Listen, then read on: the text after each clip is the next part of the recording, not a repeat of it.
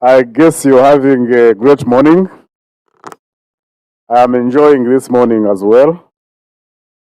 And those who have not taken a drink or a bite, in short, breakfast, you are encouraged to do so. But you are aware that this is a breakfast meeting, so we shall meet as we drink and eat. How about that? So, but in the meantime, I think it is proper and fit that we start our meeting. And I would like the following to be on the table, on the high table, so to speak.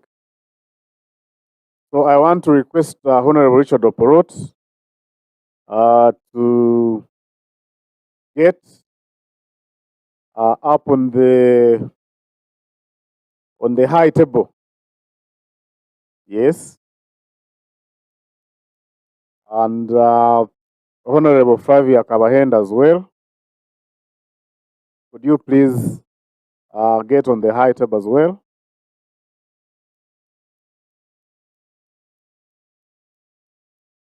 And I would like our facilitator today, Mr. David Lambert Mwesije, to also find space at the high table. So, honorable members, ladies and gentlemen, you are most welcome to this meeting. And in short, this meeting is a simple orientation exercise, basically on the work of the Uganda Parliamentary Forum on Social Protection. And we shall have a very interactive session in which we shall be exposed to information on the subject matter of social protection, but also get an opportunity to ask questions and receive feedback on the same. So I would like to request a volunteer to lead us in a word of prayer before we can commence today's proceedings. May I have a volunteer to lead us in a word of prayer?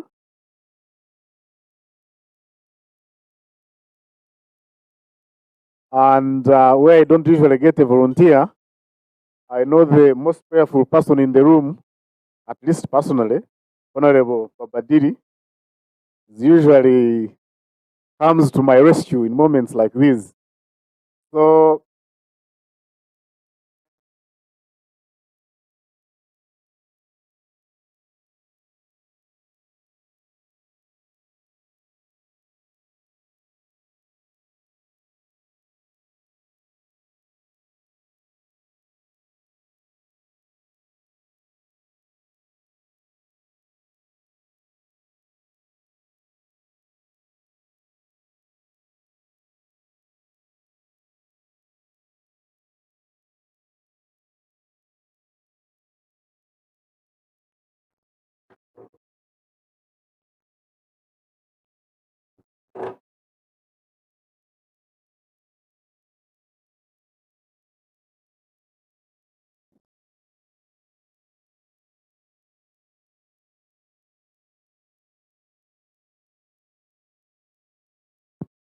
okay, so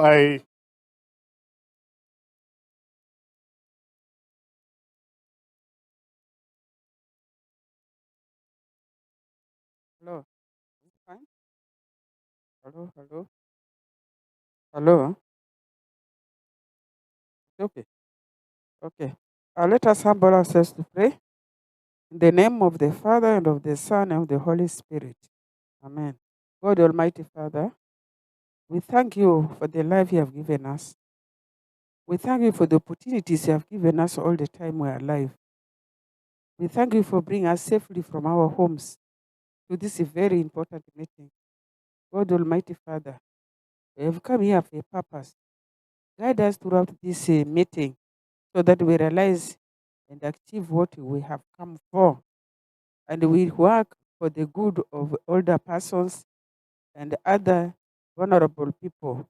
We ask this through Christ our Lord.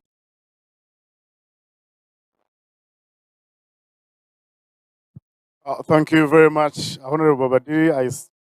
Propose that you give her a very good hand clap.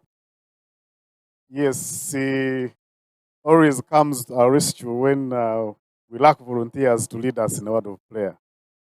So without much further ado, I would like to request the Honorable Chairperson of the Uganda Parliamentary Forum, Richard Oporot, to give us the welcome remarks. You are most welcome, Honorable. Thank you very much, Patrick. This microphone was less like I should talk while seated, but I find it very hard to do so. Yeah, thank you very much, Master of Ceremonies, honorable members of Parliament, the technical staff here, ladies and gentlemen. I welcome you all to this very important and useful breakfast meeting where we shall interact and share a glimpse of what we do and what we are as Uganda Parliamentary Forum on Social Protection. I once more want to thank you who have braved the morning hardship to be here by now. And for that, I thank you. I am called Opolot Jacob Richards. I chair, as of now, the Parliamentary Forum on Social Protection. And I'm also hopeful that very soon we'll be having an election where we shall have new leadership. But as of now, I'm the chair. I want to introduce Honorable Badiri. Honorable Badiri, who has just led us into a prayer. Can you tell us your position? A representative for?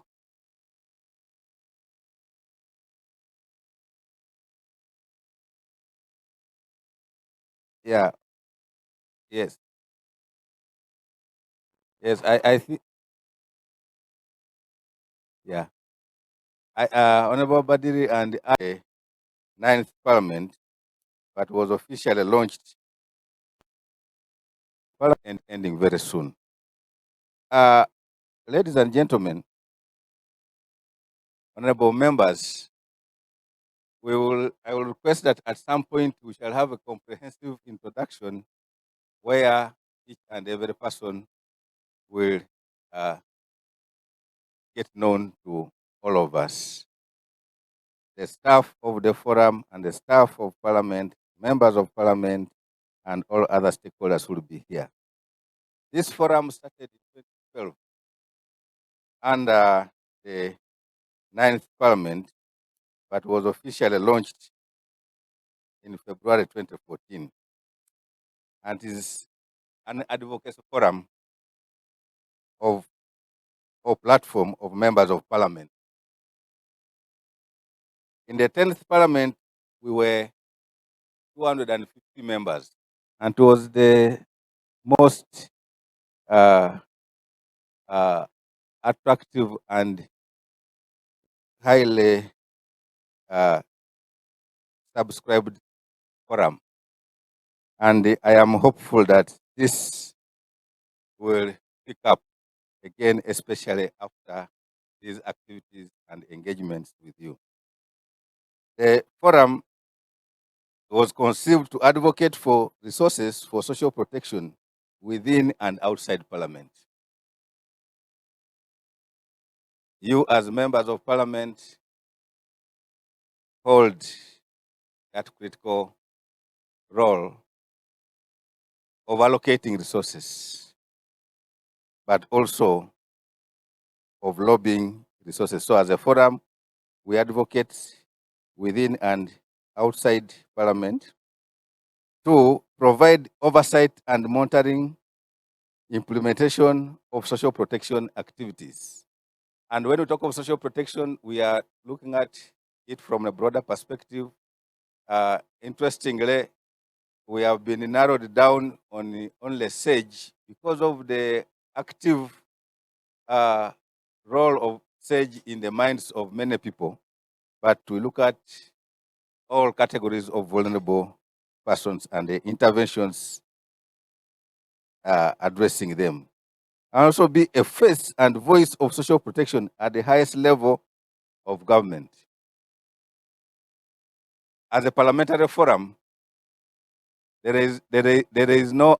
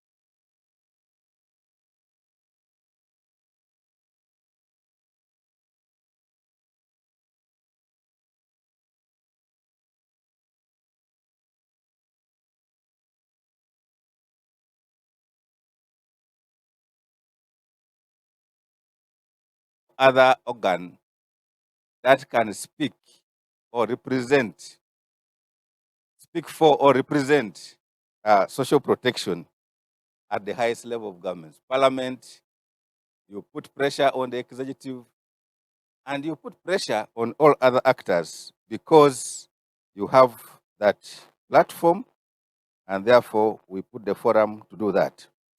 The forum is led by a board that I've said whose term is ending.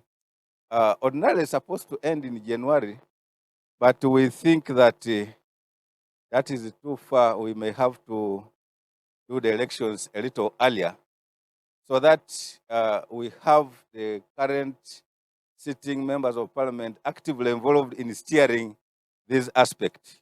It's also not good to keep a forum mobilizing members and they think they are being mobilized by those who are not and who are no longer part of them. But it's also good that the new people also keep the vehicle moving.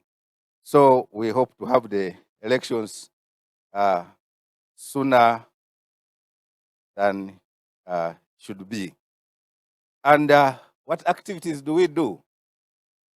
One, we influence policies and laws on social protection. We as a forum, we are first of all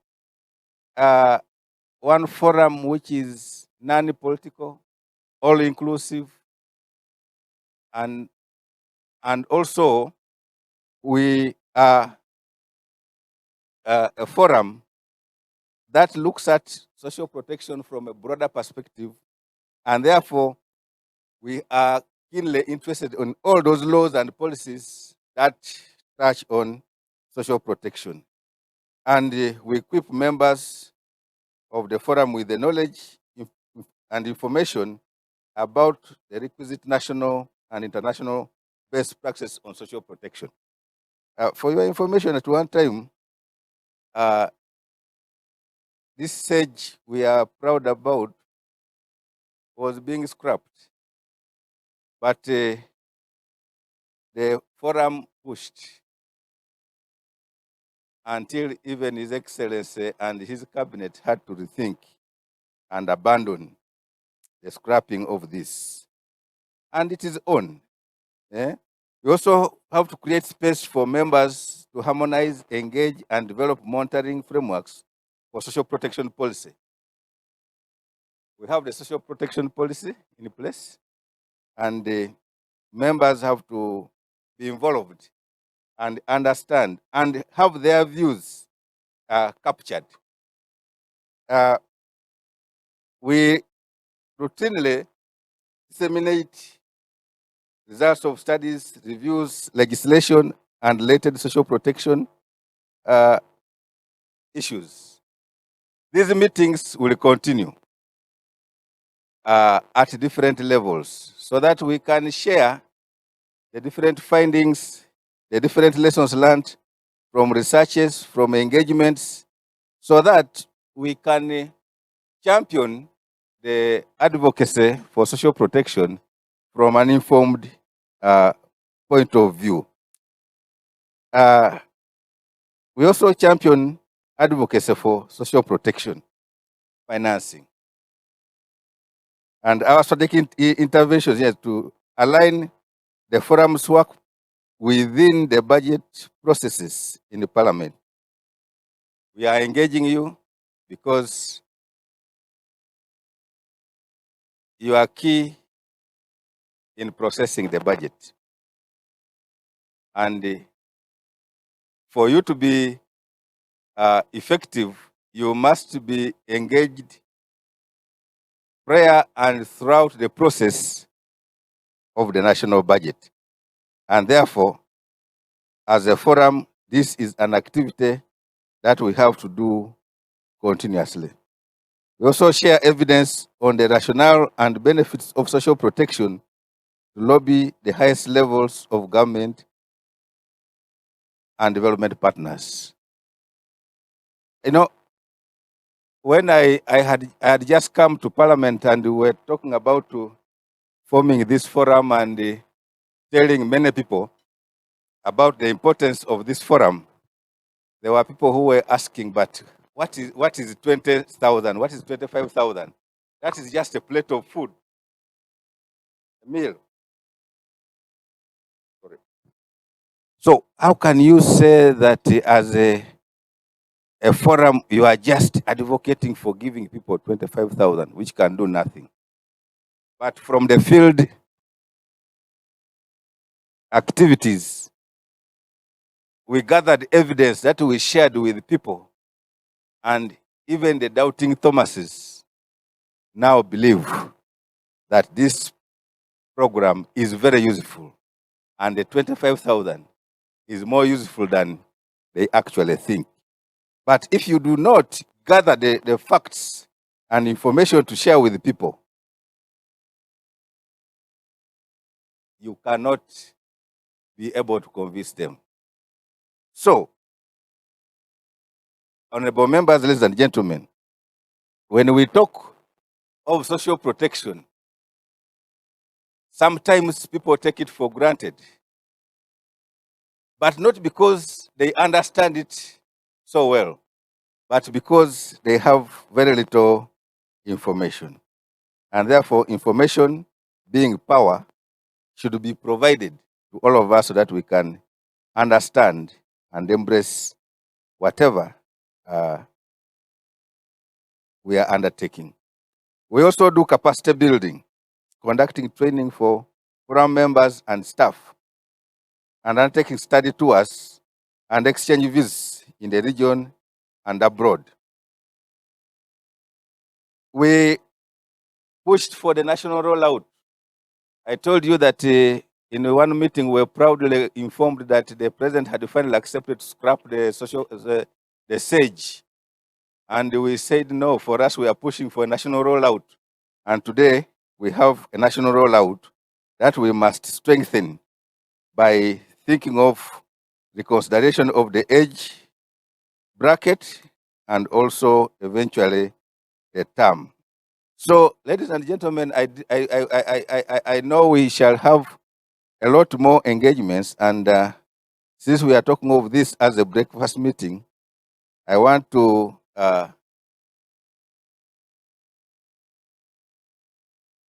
cut my brief really short, but emphasize that we hope to have field activities so that we can do the monitoring of the social protection activities in the field. and be able to come back and, based on our findings, to convince other stakeholders as well. Honorable members, as a forum, we count on you first of all, and even the stakeholders out there look unto the members of parliament as a basis for their decisions. This forum and its focus has been a very captivating thing to many stakeholders.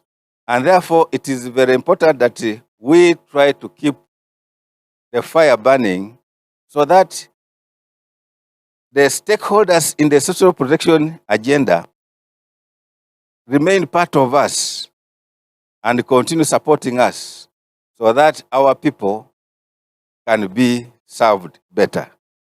The interesting thing about the forum is that when we talk about stakeholders and financing, it's not money that comes to the forum. It's money that comes to the government coffers. It's money that the government mobilizes and puts into its budget to finance social protection. Sometimes when you talk as a forum, some people may have the thinking that, no, this money is coming to these people and they are the ones who implement activities. No, we lobby, we advocate so that the money comes into the budget to implement these social protection activities for the good of the vulnerable. I want to once more thank you for coming and expressing the interest in this forum. We hope to have more engagements. And at this point, I want to wish us a very nice engagement this morning. And Mr. MC, I end my presentation at that. And thank you very much.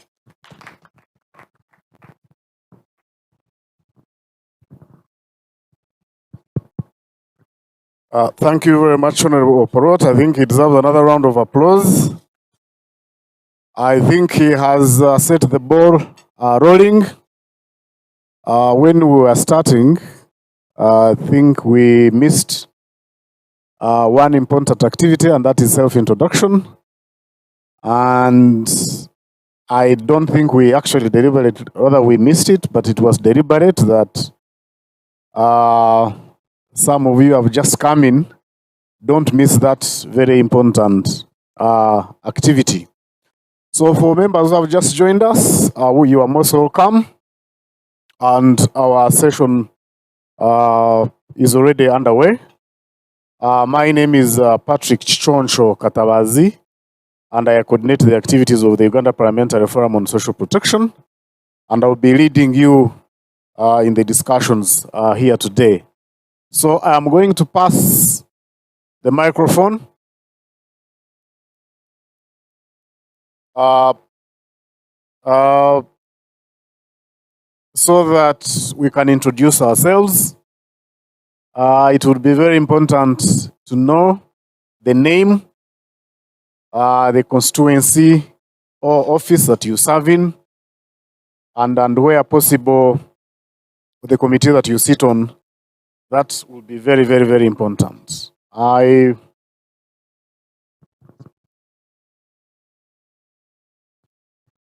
So I want to suggest that we make self-introductions not through the microphone, but you just be audible and mention your name. So we are going to start with this table of Honorable Babadiri.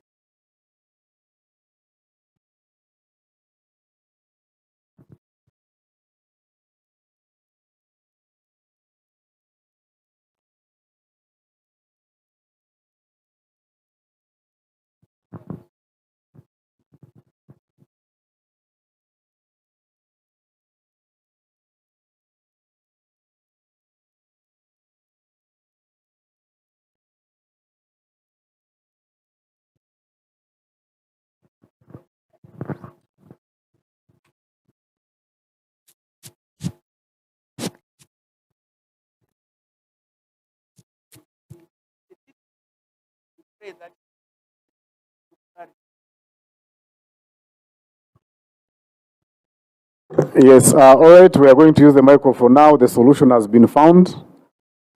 Amapai Susan, Assistant to Honorable Badiru.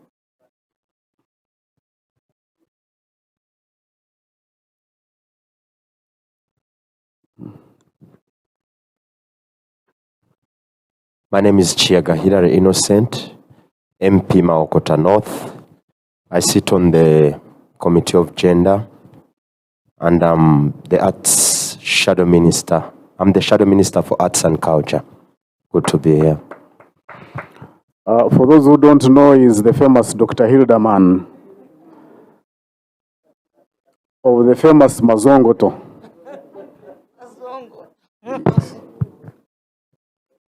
Good morning, colleagues.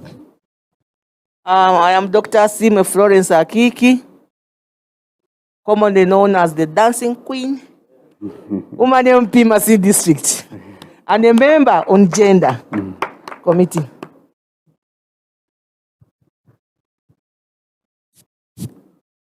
Good morning, members. I'm called Irene Linda Mugisa, woman member of Parliament representing the people of Porto City and a member of Gender Committee.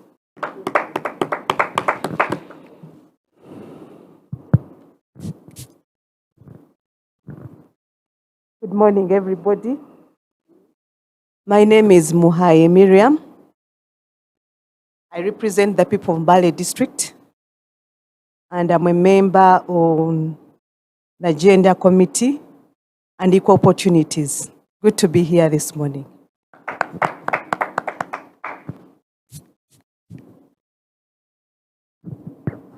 Good morning, everyone. I'm Alan Mayanja, representing people of Nakaseke Central. I'm a man of gender sensitive. That's why I'm on Gender Committee. I'm also on Human Rights Committee. I'm glad to be here.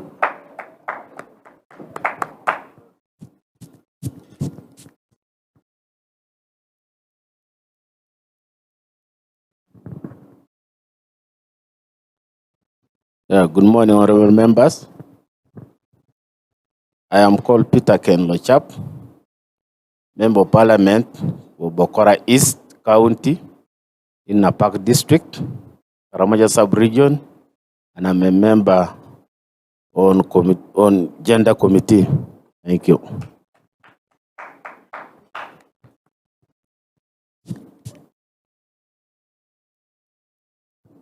Good morning. My name is Dr. Patrick Mutono. I represent the people of Butembo County and a member of the Budget Committee. Thank you. Paul O'Mara is my name. Member of Parliament for Otuke County. I'm a member of Finance Planning and Economic Development Committee, and also a member of the Budget Committee. Happy to be here.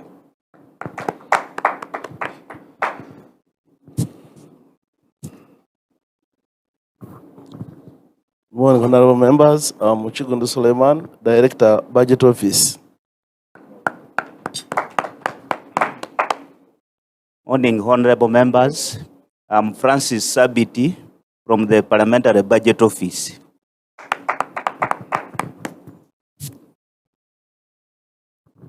Hello, good morning, everyone. My name is Mohammed Mpuga, Clerk Assistant and Clerk to the Committee on Gender, Labor and Social Development. Morning, everyone. I'm Marina Barunji, Clerk to Budget Committee.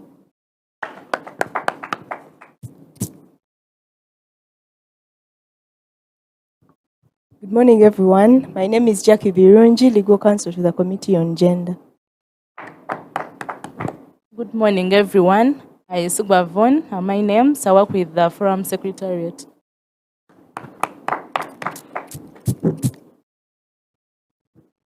Morning, everyone. I'm called Choncho Janet, sitting in Speaker's office.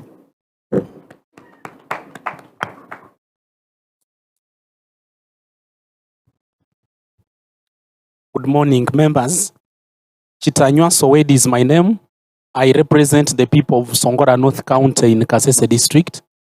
I sit on the Human Rights and Gender Committee. Thank you. Good morning, members. My name is Semwanga Javira. I represent Buyamba County in Rakai District. I'm a member of the Budget Committee. Morning, everybody. I'm Rabshija Margaret. I'm a member of Parliament representing workers. I sit on the Appointments Committee and the Gender, Labor, and Social Development. Good morning. I'm Dixon Kateshumba, Member of Parliament for Shema Municipality and a member of the Budget Committee.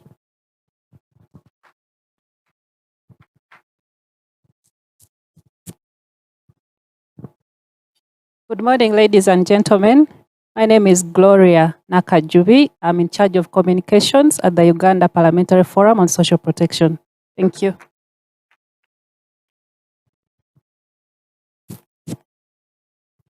Good morning, everyone. My name is Nicholas Wasaja. I write for the New Vision.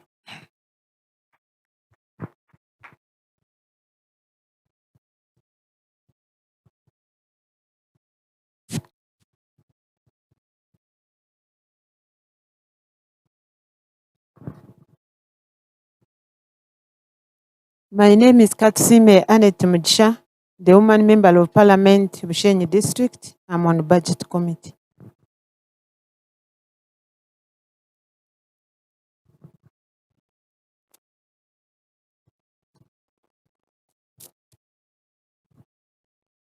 Good morning, everyone. I'm Kala Kevin Ojinga, the district woman representative for Palisa District, and I'm a member of Gender Committee and Park Central.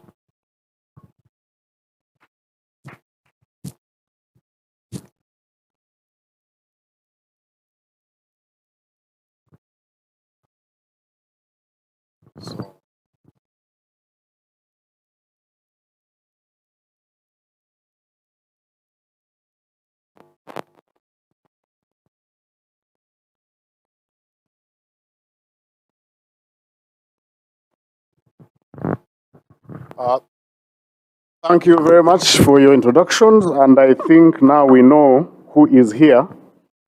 Perhaps the only person that has not introduced himself, I am going to have the privilege of introducing him. Honorable Maurice Chibadia, you are most welcome. And Honorable Maurice Chibadia is the member of the board of the Uganda Parliamentary Forum on Social Protection, representing Eastern Uganda. And on that note, the chairperson has requested that you take his seat on the high table. May you please join Honorable Flavia on the high table. Now, the next item on our program is a presentation that is seeking to equip us with knowledge on social protection.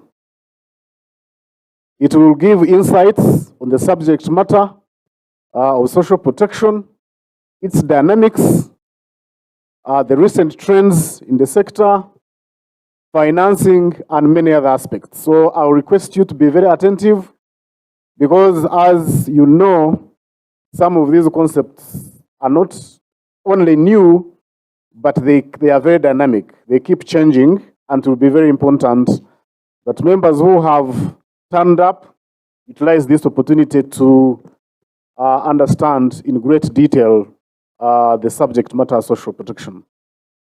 I want to welcome honorable members for making it.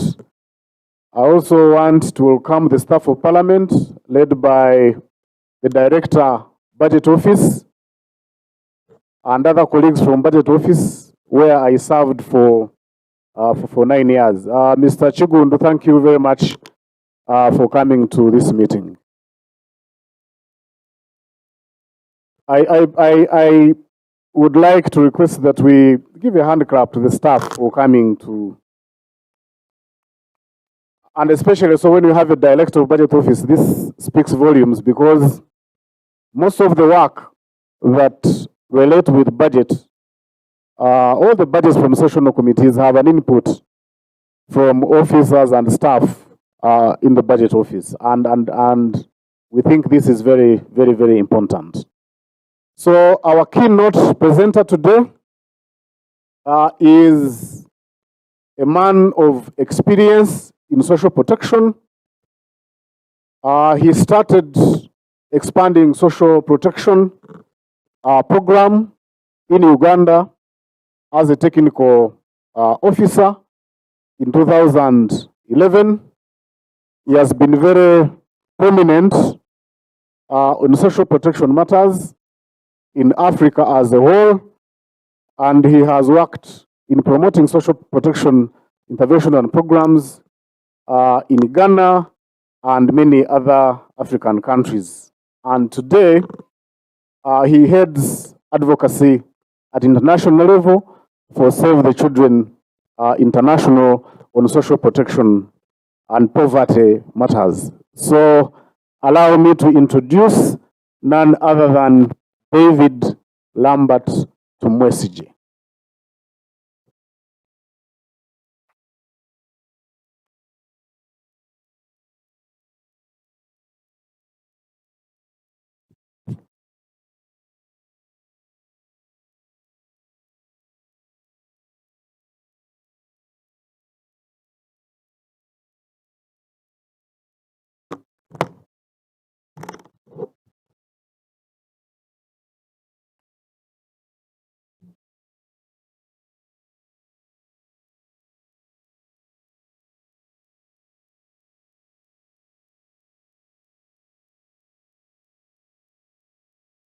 Thank you very much, Patrick. And good morning, honorable members, ladies and gentlemen. I'm extremely delighted to be here today because next to my family, this is the most important thing to me. This is my purpose in life. So talking to honorable members of parliament about a subject I believe is fundamental to Uganda's transformation is extremely important to me, as I believe it is important to our country. So, as Patrick mentioned, I'm delighted to talk to you about this subject of social protection, which I would like us to start framing as that tool that can enable us to enhance human capital. Because Uganda is a very young country, the bulk of our population are children, but I dare say that as a country, we are underinvesting in our children. And if we want to become the middle-income country that Vision 2040 suggests, we cannot do it unless we can population across the life cycle. And so this is really what gives me a lot of excitement, but also challenge.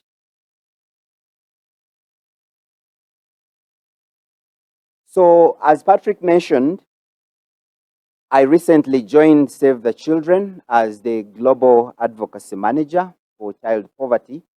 But actually, my work is to promote social protection and support Save the Children, build its capacity, because social protection is critical to achieving our goals, as you will see them. But I also actually advocate to the entire world for this. So being able to have a chance to do it on my own turf in Uganda with people with the next biggest power after the president, because I've been with this process I've been with Honorable Babadiri, I've been with Honorable Kabahenda. I know what it takes, and I know where power lies in Uganda.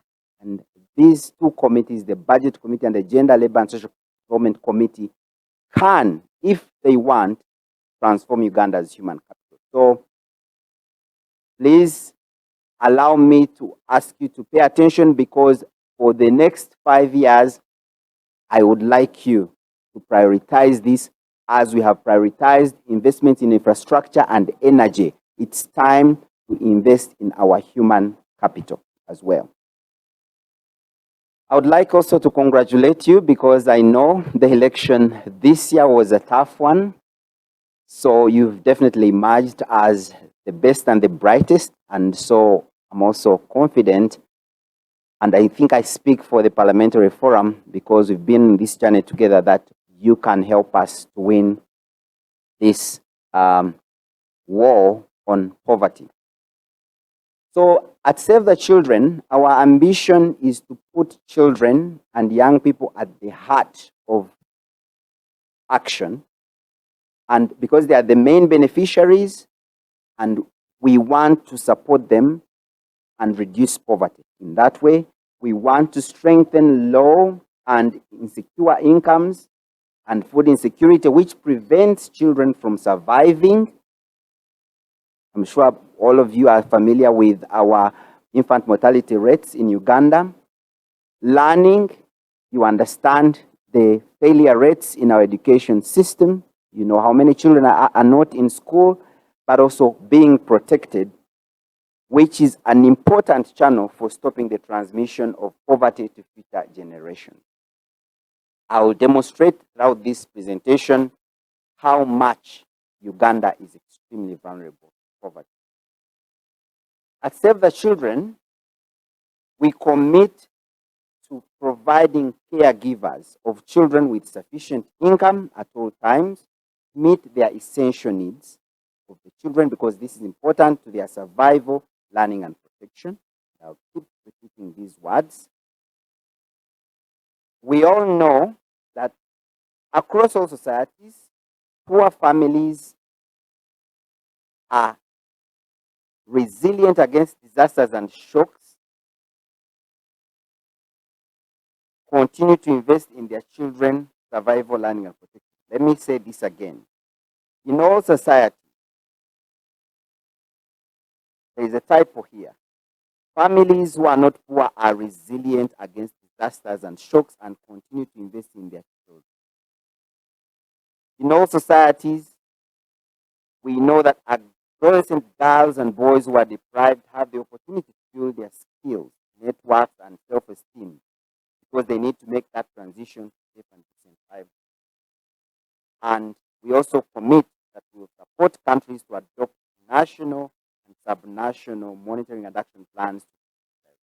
So poverty is a big thing at Save the Children, and I am delighted to talk to you about what we want to do to poverty. I will not talk about this slide, but basically what we're talking about is in our 2022-24 strategy at Save the Children, we are responding to the challenge of the triple threat of COVID-19, which hit us from last year. Conflict, we deal a lot with conflict situations, and climate change. In fact, at the beginning of this month, we launched our groundbreaking climate report. Please, if you can, go look for it. It really shows a very grim picture of the future. And Uganda is highly vulnerable to climate change. Now, when we talk about poverty, often when you look at the reports from UBOS, the ones we are familiar with, they normally talk about income poverty. But poverty is multidimensional because it also includes health and nutrition poverty, educational poverty, the inadequate standards of living, insecure incomes, empowerment, harmful work, and threats of violence for children. And sadly, poverty hits children the hardest, and it has a lifelong impact. The impacts of poverty on children are profound than adults, more profound than adults, and they actually inflict irreversible damage. So every time you see a child who is struggling to learn, it might be interesting to look at their background, because if you lose your ability to learn before the 1,000 days, it's very hard to recover that. And a lot of children, 29% of children in Uganda under 5 stunted. And that's an indicator of that irreversible damage.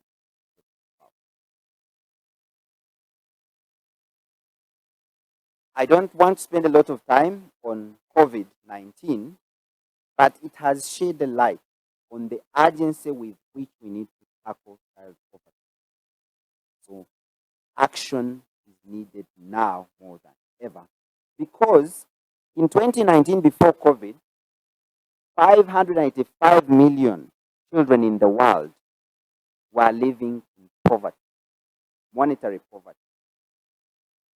In 2020, after COVID, it was projected that 117 million more children were likely to fall into poverty. I think we've seen that happen. Unfortunately, most of these numbers, if you look at that map, honorable members, most of these people are actually on our continent. So this is a Pan-African issue. And so members who are familiar with colleagues who are from other parts of the continent, the Interparliamentary Union, this is an agenda that you can actually share with them. As Patrick introduced me, I've been working at expanding social protection program actually since 2010. And through the SAGE program, we actually generated a lot of evidence. Cash transfers are the best evidenced anti-poverty measure available in the world. And it's also an important part of the humanitarian response everywhere in the world. In northern Uganda, where we're hosting a lot of refugees, and southwestern Uganda. And in fact, as Save the Children, we have something we call Cash Plus, which is basically a combination of cash with behavioral change communication, which helps to impact children outcomes. We talk a lot about child benefits because it's a key part of the social protection laws, which is part of this SDG target 1.3 and the Child Rights Convention. And the reason we promote cash is because cash can help reduce the multiple dimensions of poverty.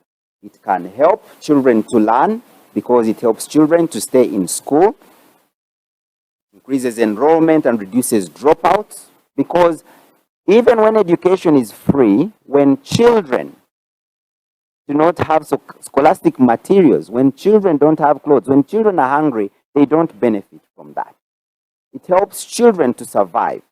Nourishment comes from income security. If you don't have money, you don't have food. So cash is king for survival. And it also means a lot for child protection because cash can help reduce incidents of child marriage. The reason people give their children away into marriage is because, in my experience, they are looking for that dowry. And they give away children because they want to benefit financially from it. So when they have that income security, you can reduce that. So that's enough about Save the Children, but I introduced Save because we are very ambitious as an organization and we really want to create breakthroughs for children. We want children to learn, we want them to survive, and we want them to be protected. And we would like to do it with you as honorable members of parliament. We support the government of Uganda in its aspiration to build a vibrant workforce, a productive workforce, because that's how we can sustain Uganda's growth in the future in an equitable way, because as you will see, our inequality levels are going up. So I want to spend just a few minutes to talk about social protection because this is a a confusing concept. Throughout my time at the ESP program in the Ministry of Gender, people thought because we provide universal primary education and universal health education, that was social protection. It is not. Poverty reduction measures contribute to resilient families. They contribute to income security, but they are not social protection. They are complementary. And so let me explain what social protection is. There are different definitions from different agencies, and I don't want to dwell on these. But the key running theme about these programs is that they aim to sustain an adequate standard of living. They aim to improve the ability of families to cope with risks and shocks. And they also help people to claim their rights and enhance their social security. That's the Save the Children definition. It's the same for UNICEF. It's about protecting people against poverty and vulnerability. It's about protecting people from social exclusion throughout their life course. The World Bank talks about programs and policies and systems that help individuals and societies to manage risks and volatility and protect them from poverty and destitution. And this is the most commonly used definition by the Social Protection Interagency Cooperation Board. It is that set of policies and programs aimed at preventing people against poverty, vulnerability, social exclusion, and placing particular emphasis on vulnerable groups. And it can be provided either in cash or in kind through contributory schemes such as the NSSF or the Parliamentary Pension Scheme, which you are esteemed members of. They can be categorical, such as SAGE, which is for older persons. They could be for children or people with disabilities, or they can actually be poverty targeted. Different countries do it differently. But they all aim to build human capital, productive assets, and access to jobs. This diagram basically shows all the different things that comprise social protection. So the objectives are to protect families, to prevent destitution, and to promote livelihoods. And this can come in form of income transfers, such as the cash, and this can be unconditional, such as the payments we make through the SAGE program. In other countries, they are conditional. It also includes social pensions, but it also includes things like the public service pension scheme. It includes fee waivers. People, especially during COVID, most countries waived certain fees. In Uganda, we waived user fees in hospitals, although most people go to private clinics in the government hospitals. It also includes insurance, health insurance, but also social insurance, such as in especially Francophone countries. And this could be universal for everybody, especially in the OECD countries, in Western Europe mainly, and Americas. If you are an old person, you automatically receive a pension, a minimum. That's the way they reduce poverty through the social protection system in these countries. And I'll show you some graphs there. Or it can be targeted at a certain group, either poor households, disabled people, food insecure people, children, informal workers, displaced people, mothers, fathers, elderly people. It really depends on what your policy objective is. And they actually cause a lot of very good impact. I'll talk about these when we talk about Uganda itself. This, I will not talk about it, but basically this is what we call the life cycle approach to social protection. It covers child benefits, maternity benefits, basically for when a mother conceives their child until they give birth to a child and raise them. So this is child sensitive. all social protection that is designed to maximize benefits for children in the families that receive that is child-sensitive social protection. But in the interest of time, I do not want to spend a lot of time on this because I will share these slides. You can actually look at them. So where does social protection derive its mandate as a concept? In fact, social protection has been here, especially in the developed and high-income countries and middle-income countries. A lot of them, as you'll see, already deliver social protection as a basic and core government service, just like health or education. But it's anchored in the Universal Declaration of Human Rights, Article 25. I'll actually show it to you on the next slide, verbatim. And Uganda has actually ratified a number of international agreements on social protection. For instance, there is the International Covenant on Economic, Social, and Cultural Rights. We have the Convention on the Rights of the Child, Convention on Elimination of Discrimination Against Women, Convention on the Rights of Persons with Disabilities. These are very important international commitments on social protection. Now, when I was reading Article 25, I really found it very interesting because when you look at the number of people that have no access to social protection, the number of people that live in poverty that could be solved by social protection, it's really amazing that this declaration, which was signed so many decades ago, says that everyone has a right to a standard of living that's adequate for their health, their well-being, including food, clothing, housing, and medical care and necessary social services, and the right to security in the event of unemployment, sickness, disability, widowhood, old age, and lack of livelihoods in circumstances beyond their control. So everybody, including ourselves, are vulnerable, and they have a right to that protection. And at this point, I actually want to pause and reflect. So, for a moment last year, I was unemployed. And then at the same time, my mother got a stroke. I needed to raise a lot of money together with my siblings to take care of that. Millions of money. Honorable members, you know how much it cost us to treat COVID patients.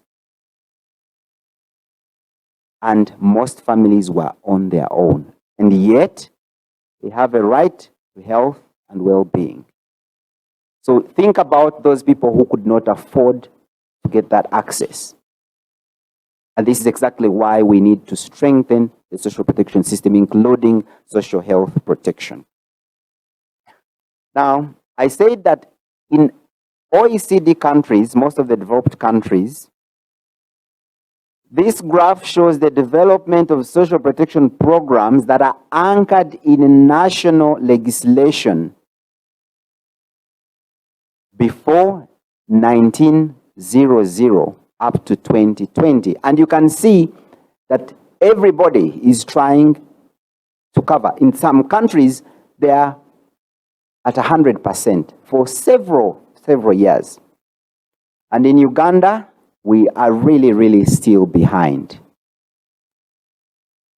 Because social protection is so important, it's actually one of the first indicators. So the third indicator under SDG 1, which is about reducing poverty, is a target to implement nationally appropriate. They know that countries are different, but at every level of development, countries should implement appropriate social protection systems and measures for all, including minimum floors, and by 2030, to achieve substantial coverage of the poor and vulnerable. However, when you look at the levels of coverage, it is sad. I put this chart here because I wanted to show you how bad things are in Africa. So, if you look at the population that's covered by at least one social protection benefit globally, it's 46.9%. For pensions, it's the highest, 7.5%. And the number of vulnerable people covered by social assistance programs such as SAGE is just 28.9. That's globally. If you look at Africa, older persons 27% compared to 77.5, social assistance 9.3. Uganda is actually less than 1%. So we have a lot of work to do to enhance coverage of social protection. These are numbers that most of you honorable members will be familiar with. We have an objective to end poverty. SDG 1 is about ending poverty in all its forms. But COVID has led to the first rise in extreme poverty in a generation, because up to 124 million people fell into extreme poverty in 2020. 120 million people. The global poverty rate was projected to increase to 7% by 2030 because of COVID. As I mentioned, a lot of countries are investing in social protection, but it's not enough progress because it's just 46.9% of the global population who are effectively covered by at least one social protection benefit. And Africa is much, much worse. Because of COVID, the financing gap to provide a minimum social protection flow has also increased. The world needs 30%. The financing gap has increased to approximately 30% of GDP because of COVID-19. We need 362.9 billion in lower middle income countries to cover people with social protection. And in low income countries, we need 77.9 billion. That's about 15.9% of GDP. So we have a lot of work to do. And these graphs are from the World Social Protection Report by the International Labour Office. It was published just recently. And they've given us two options. So as countries, we can choose to take the high road, which enables more people to have social protection, which means we strengthen social protection systems, that is, introduce universal social protection, provide adequate benefits, provide a bigger range of benefits. You know, honorable members, you know, NSSF members have been asking for early access and all these other things. That's part of the high road. Provision of rights-based and inclusive social protection. Most people don't have a right to social protection until recently, when you decided that other people should benefit from NSSF. Only workers with employers with 5 or more employees were eligible for NSSF. SAGE covers just a fraction of the older persons in Uganda. So the right social protection is the high road, guaranteeing that right. The low road is we can continue to neglect social protection through underinvestment, saying we don't have money, but we have money for infrastructure and energy, as if these things are binary. If you build roads, if you build electricity, and the majority of your people cannot use it, my economics tells me that you're not optimizing the return on that investment, so you're wasting that money. Also, we are crying of taxes because it's just a few of us paying the taxes. The tax base is small because there are very few people with jobs, there are very few people with adequate incomes. We can invest in our human capital so that in future we have more people paying more tax and building the economy. So now that we know why social protection is important and what it can do, what does Uganda's social protection system look like? In 2015, the Ministry of Gender submitted a policy to Cabinet which was approved together with its program plan of intervention. It expired last year and the government is actually now revising it The National Development Plan, the third NDP3, also recognizes social protection as an important tool for building human capital because it's an essential demand-side investment in people, which can promote a healthier citizenry and a more dynamic economy. If 30% of our children are stunted, honorable members, they can never achieve their full potential. And if they can't achieve their full potential, we will struggle to raise the money we need to take this country to the next level. So we must invest in our people now, and the NDP3 recognizes that.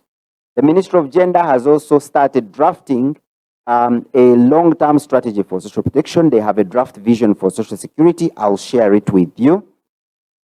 And they are committing to achieve child-sensitive outcomes because we also have a national action plan for nutrition. We also have a national integrated early childhood development action plan. So we really are keen to promote nutrition-sensitive and child-sensitive outcomes in our development, but we still have a lot of work to go. So this is the policy. It outlines a very broad vision, the National Protection Policy of 2015, and it aims for a society where all individuals are secure and resilient to socio-economic risks and shocks. Its objectives are, 1, to increase access to social security to more people, and social security is defined as either direct income support such as SAGE or contributory schemes such as the NSSF. It also aims to enhance care and support for those vulnerable people that are not able to provide for themselves, but it also aims to build a very comprehensive system, which is an institutional framework for service delivery. So this diagram illustrates how social protection aligns with all the other things that we do to develop our country. So in the outer ring, we've got education, water and sanitation, we've got emergency work, we've got livelihood support, we've got infrastructure programs, energy, health, and employment. All these things, they help to build resilient families. But there is a very clear niche for social protection, and it's either social security, which is direct income support, or social insurance, and this is importantly, we also want to take care of the informal sector workers. There is no reason why a government official who is paid for by the taxpayer has a pension, and the woman in Kalerwe who is paying their taxes, feeding the nation, is left to suffer on their own. So we really have to make sure that everybody is taken care of. So we want an inclusive social protection system. That's what the policy would like to do. This graphic, this graphic shows the benefits of an inclusive social protection system. So the basic message is that if we invest in social protection, which means higher incomes for an income security for households, then we can reduce poverty and inequality. We can increase consumption and aggregate demand. We can provide better access to food and better nutrition status. We can achieve higher utilization of health services. We can facilitate a search for better jobs and riskier decision making. When people don't have money, even when there is a job in Kampala, if you don't have transport, you know how you've transported the people that you've helped to come here. They came because you could give them a ride or give them transport. A lot of people cannot afford to do that. Social protection enables that kind of mobility. But what does it lead to? When you reduce poverty and inequality, you lessen social tensions and conflict. One of the reasons why there isn't a lot of conflict in the OECD countries, in the high-income countries, is because they provide for these people. They fight poverty as a strategic tool for social cohesion. It supports crisis response and structural change. Think about COVID-19 now. If you don't increase consumption and aggregate demand, that's what the Americans did. You know, they just gave out checks for child, they call child credit support. I think more than $1,000. They are putting money in the economy because that's how they recover.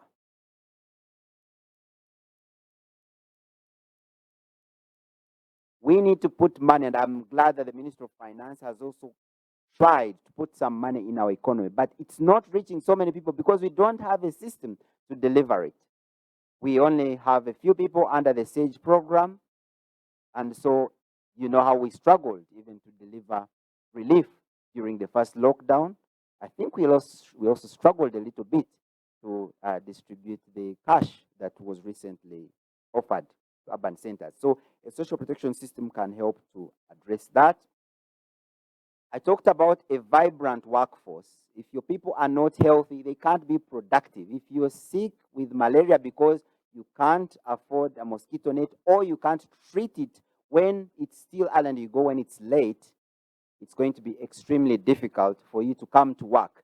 So it does affect human capital development as well as educational performance. So once you've provided people with money, they can find jobs, they can have productive employment and entrepreneurship, and that's how you increase human development and productivity. We also want to take people who are from wealthy or income sector.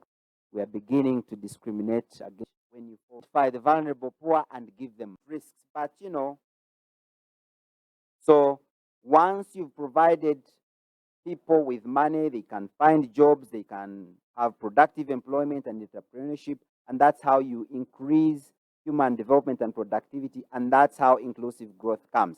The reason we have high levels of inequality in the world is because not everybody is able to earn a living. Economics says that you get paid what you are worth. And we all know that educated workers earn more than uneducated workers. So if most of our children are failing to make it to secondary school, they are failing to make it to P7, we can actually predict with certainty that they are going to have much lower incomes. In fact, studies show that children from poorer households earn 3 times less the average wage in their adults. So we are stifling our economy by 3 times. That's going down. Whatever growth rate it is, it goes reverses back 3 times. Thank you. So I would like to talk about why it's important to invest in social protection in Uganda by sharing some statistics. I might be reminding you because you might already know them, either from UBOS, but you've also seen them from your community. All human beings in any society, and I think COVID has demonstrated this, experience risks from early childhood through school, through youth, through working age, up to old age. In fact, disability and chronic illness, they follow us throughout life. We are always at risk. So these are much more like we cover all the different life cycles. So I will not go through the different risks, but you know, children are highly vulnerable because they can't take care of themselves. So if they are born in a poor family, they are more likely to be malnourished. They are more likely not to go to school. They are more likely to be unemployed as youth. They are more likely to be excluded from opportunities. Even in their working age, they are more likely to earn less income. And in old age, of course, they will not have contributed to NSSF because they are in the informal sector earning very low wages. and therefore it will be very difficult for them to be secure. So we all face these risks. I talked about the risks that I struggled with as a family, and I still do. We don't have health insurance. We pay a lot of money to take care of our parents. All of you do that. The social protection system can help to address some of these problems. Honorable Babadiri will know how much the SAGE grant has transformed lives in Koboko, because people can take their grandchildren to school. I remember in 2012, I went to Nebi and I saw a woman, an old woman, proudly walking, showing us her cassava garden. She has the land, but she doesn't have the energy to till it. And she told us she hired young men who are also unemployed to do it. And you can imagine the multiplier effect of investments such as that. So across the life cycle to deal with these risks, a lot of countries are opting for this poor relief safety net system, which means let's look for the poor, identify the vulnerable poor, and give them money. The reality, and I will show that statistically in the next few slides, how many people fell into poverty last year within 1 week? If you're working in a bar as a waiter, as a DJ, or a manager, and they closed, immediately you got unemployed. So these risks are real. When there is flooding in Teso and Karamoja, in Kasese, and it wipes out all your clothes, your crops, you're out. And you need to have a fallback position. And for strong people who have income security, they always have even social network to deal with them. But if you don't, you're really in trouble. And this is exactly why we need to protect our human capital, because the children in those households will not go to school. They will not have access to education, to health care. They will be malnourished. They can never achieve their productive potential.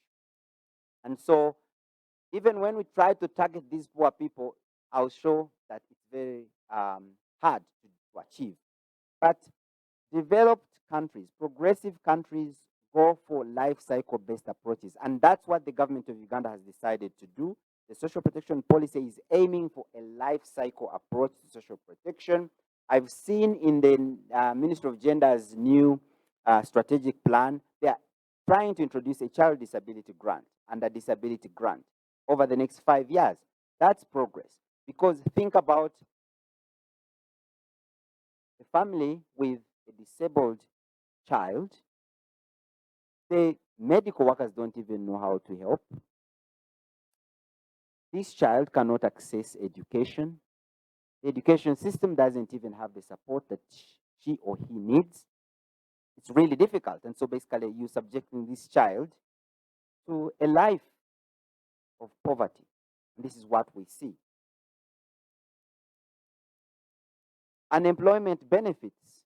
A lot of countries provide unemployment benefits. They provide sickness benefits. When you fall sick, that doesn't mean you should stop working. I remember a story where someone said, I'm employed in Chikuwo, but when I give birth, I must go back within a few days, otherwise I'll lose my job. I know a guy who was one of the best marketers. He was working in a printing farm at Nkrumah Road. He's an Indian. He traveled to India. By the time he came back, because the lockdown caught him there, he had lost his job. Luckily, he was one of the best, so he found another job. So unemployment insurance would have helped a guy like that. He's Ugandan, but he has family in India. And of course, a lot of people, we all know how many people lost their jobs because of COVID-19. I own a DJ company. My boys were sitting home for a very long time. I did my best, but even I was struggling. I told you I was unemployed for a while last year. So we all need this support, even us who look strong. You are members of parliament, so you know what it means when you lose your seat, because some of you have lost it. You know colleagues who have lost their seats. You know what that means when they lose that source of income. It's really disruptive. So having a system that cushions us, doesn't matter how rich you are. Everybody needs that kind, because you have to maintain. The purpose of social protection is to smoothen your income. When you're working, you can save. When you're not able to, then it gives you that back. In old age, when you fall sick, when you get a disability, and we all are vulnerable to that. And talking about disability, when it hits home, it hits hard. Now, my mother is like the most enterprising person I know, but for the last 1 year, she fell, got a stroke, fell again, broke her hip. She can no longer cook for herself. She can no longer till her garden. And if she wasn't lucky to have children who have a job like me, she would still be on her bed. She wouldn't have got that operation because we didn't have health insurance. So, honorable members, health insurance, let it be a priority. You all know how difficult it is to meet those costs. So that's the justification. We don't have a system that takes care of those life cycle risks, but we are beginning. However, as an economy, we've been slowing down. You all know that we were very vibrant in the past, in the 2000s and the 1990s. We grew really high, but recently down quite significantly, and even poverty has increased. If you look at this graph, you can see we came from 37% of poverty headcount in 2002 to 19.7 in 2013. And then we went back. This 26.3 was because of COVID. But already we had started going up. You're hearing these messages because you're political leaders. People tell you and you see these things.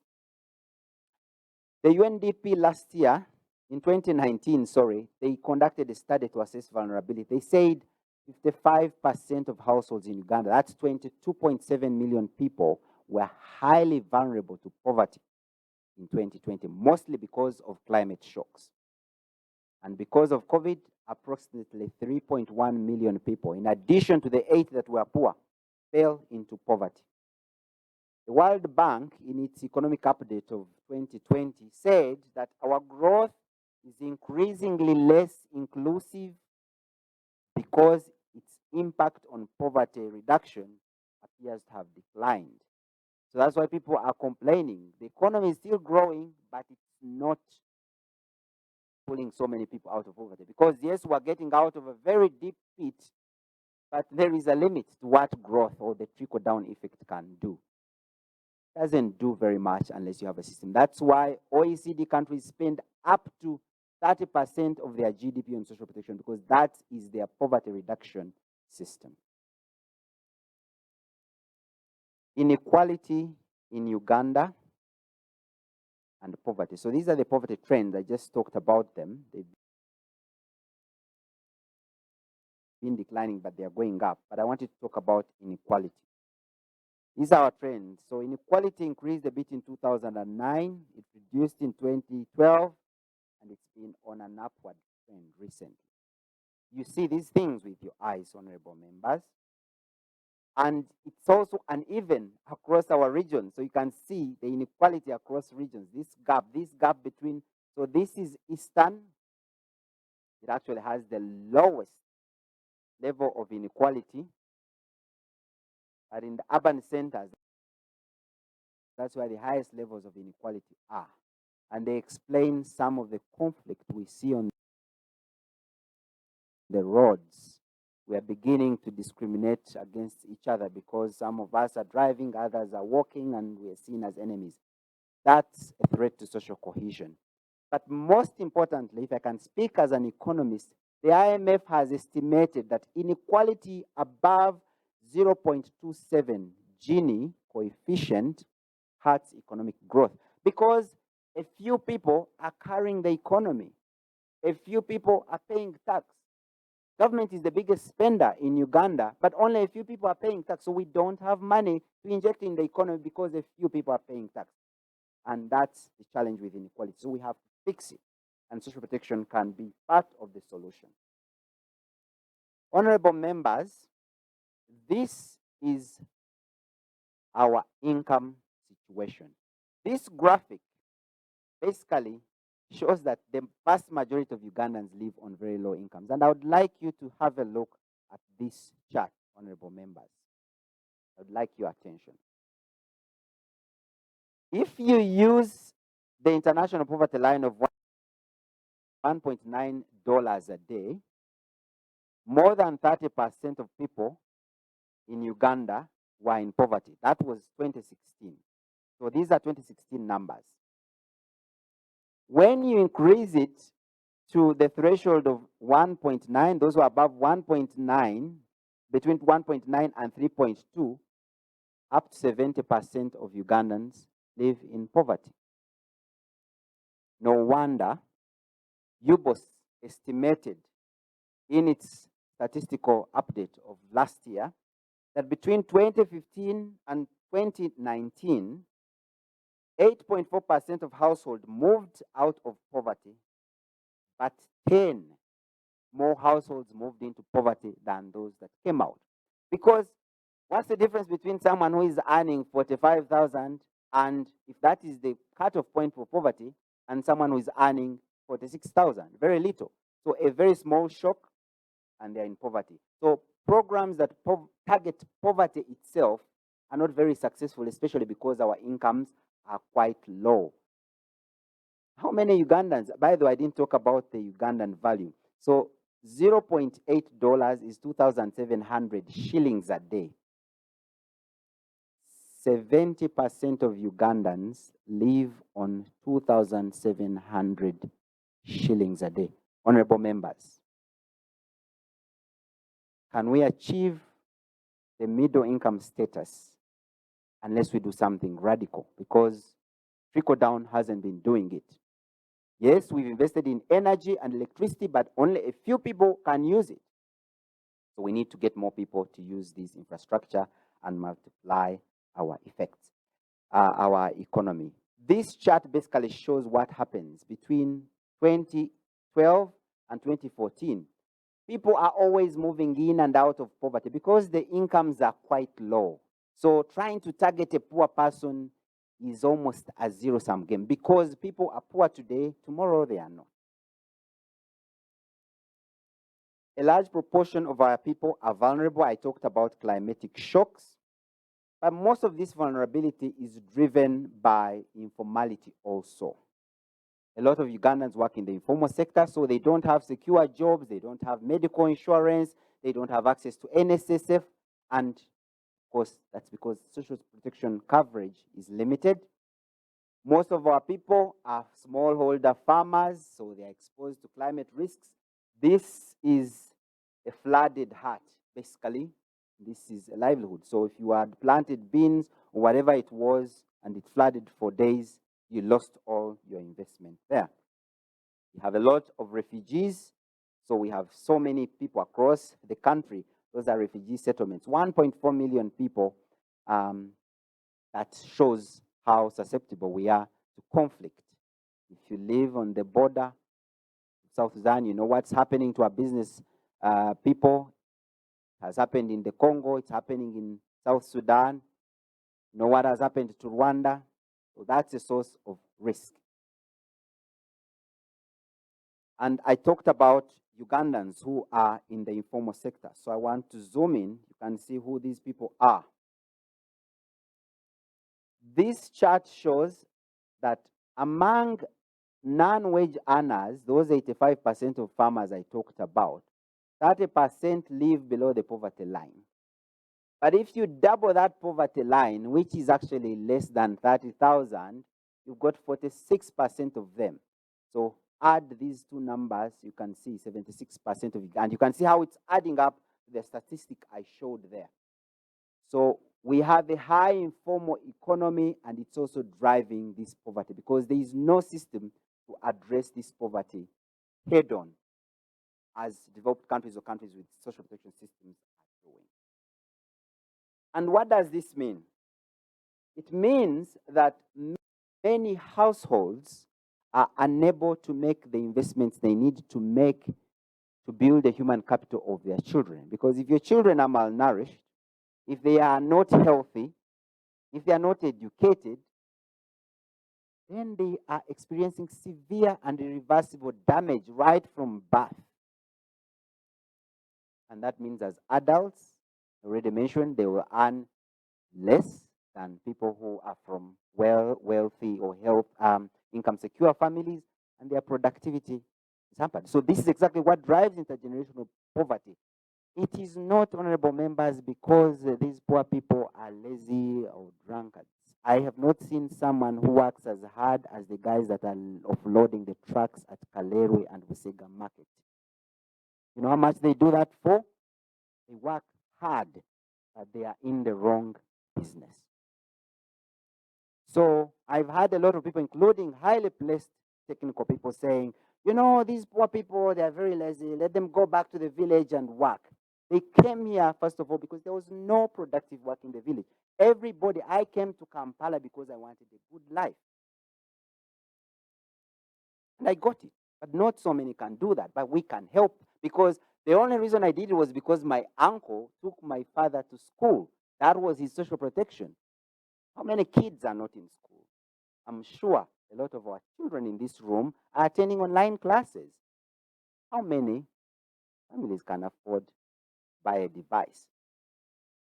That's why these countries are giving people money. Because if you don't give people money, well, you will have malnourishment, you will have perpetual poverty, and you will also have the challenge of social cohesion. Very easy to attract people who are very poor. They have nothing to lose, literally. So we need to fix this problem. I mentioned that the poverty causes irreversible damage. And this is why. Because the greatest returns on a child's development happen between 0 and 2 years. This curve shows that progress in terms of memorizing numbers, the social skills, kids playing with others, language development, conceptualization, understanding things. You've seen kids who can't really understand things. You're talking to someone, but what's wrong with this person? If they don't achieve that ability before 2 years, they will never. And that person cannot be as productive as the people in this room. I read in the UN Special Rapporteur on Extreme Poverty. I actually meant to quote that, but I didn't get a chance to do it. He said we should stop, I'm trying to remember the word he used, but we've normalized inequality, income inequality. And we're saying, you know, these people are poor because they don't work hard. They didn't go to school. They were climbing trees and, you know, when you're a child of a family who doesn't understand education, your father is not educated, his father wasn't educated, there's nobody educated in the family, who is going to push you to go to school? My father, I remember one day, he rode his bicycle and I had to run with him because he understands the purpose of education. I had a headache and I stayed in bed. He found me, he woke me up, he rode his bike as I ran 3 kilometers. And then he was waiting for me with the headmaster and they caned me.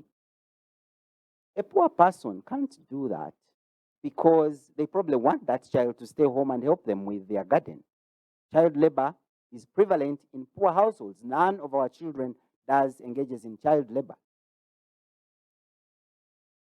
I'm about to wind this down. I already made this point. This is called the Heckman curve. I already made the point. The best returns on children investment happen when they are young.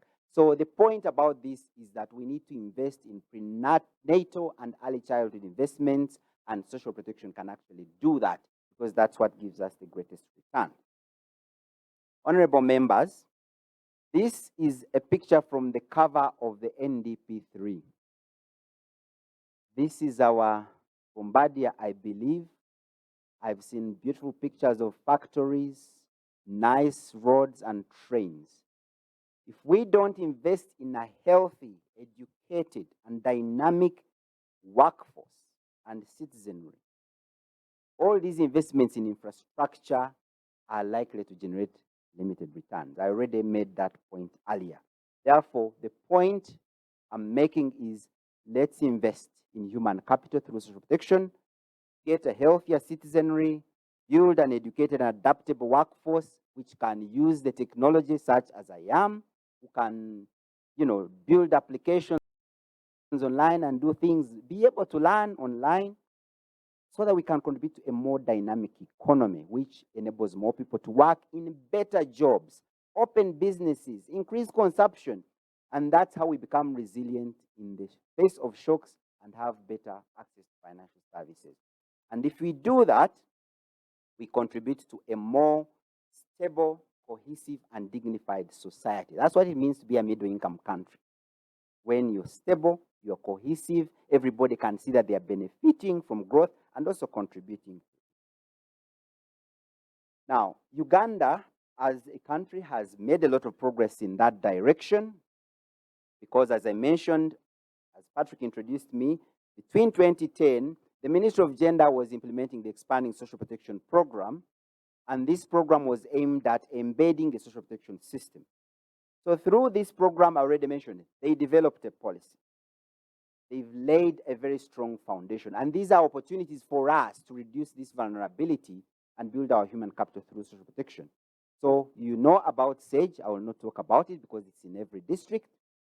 If you're from northern Uganda and some parts of western Uganda, central, you know about NUSAF and Dr. Deep. But there are other programs. The government is actually working on a cash for work program for urban workers. It's under design. There is a child sensitive program in West Nile implemented by World Food Program. Save the Children is actually implementing part of that, and we are also designing other programs in other countries. We have started discussions on a shock responsive social protection system with development partners, and these are all important. Honorable members, I want to thank you for this. This chart shows how government's contribution to the SAGE program increased between 2014 and 15 and 2019. In 2014, SAGE's budget was only 9 billion. Today, I think, Patrick, correct me, Honorable Flavia, I think it's 107 billion.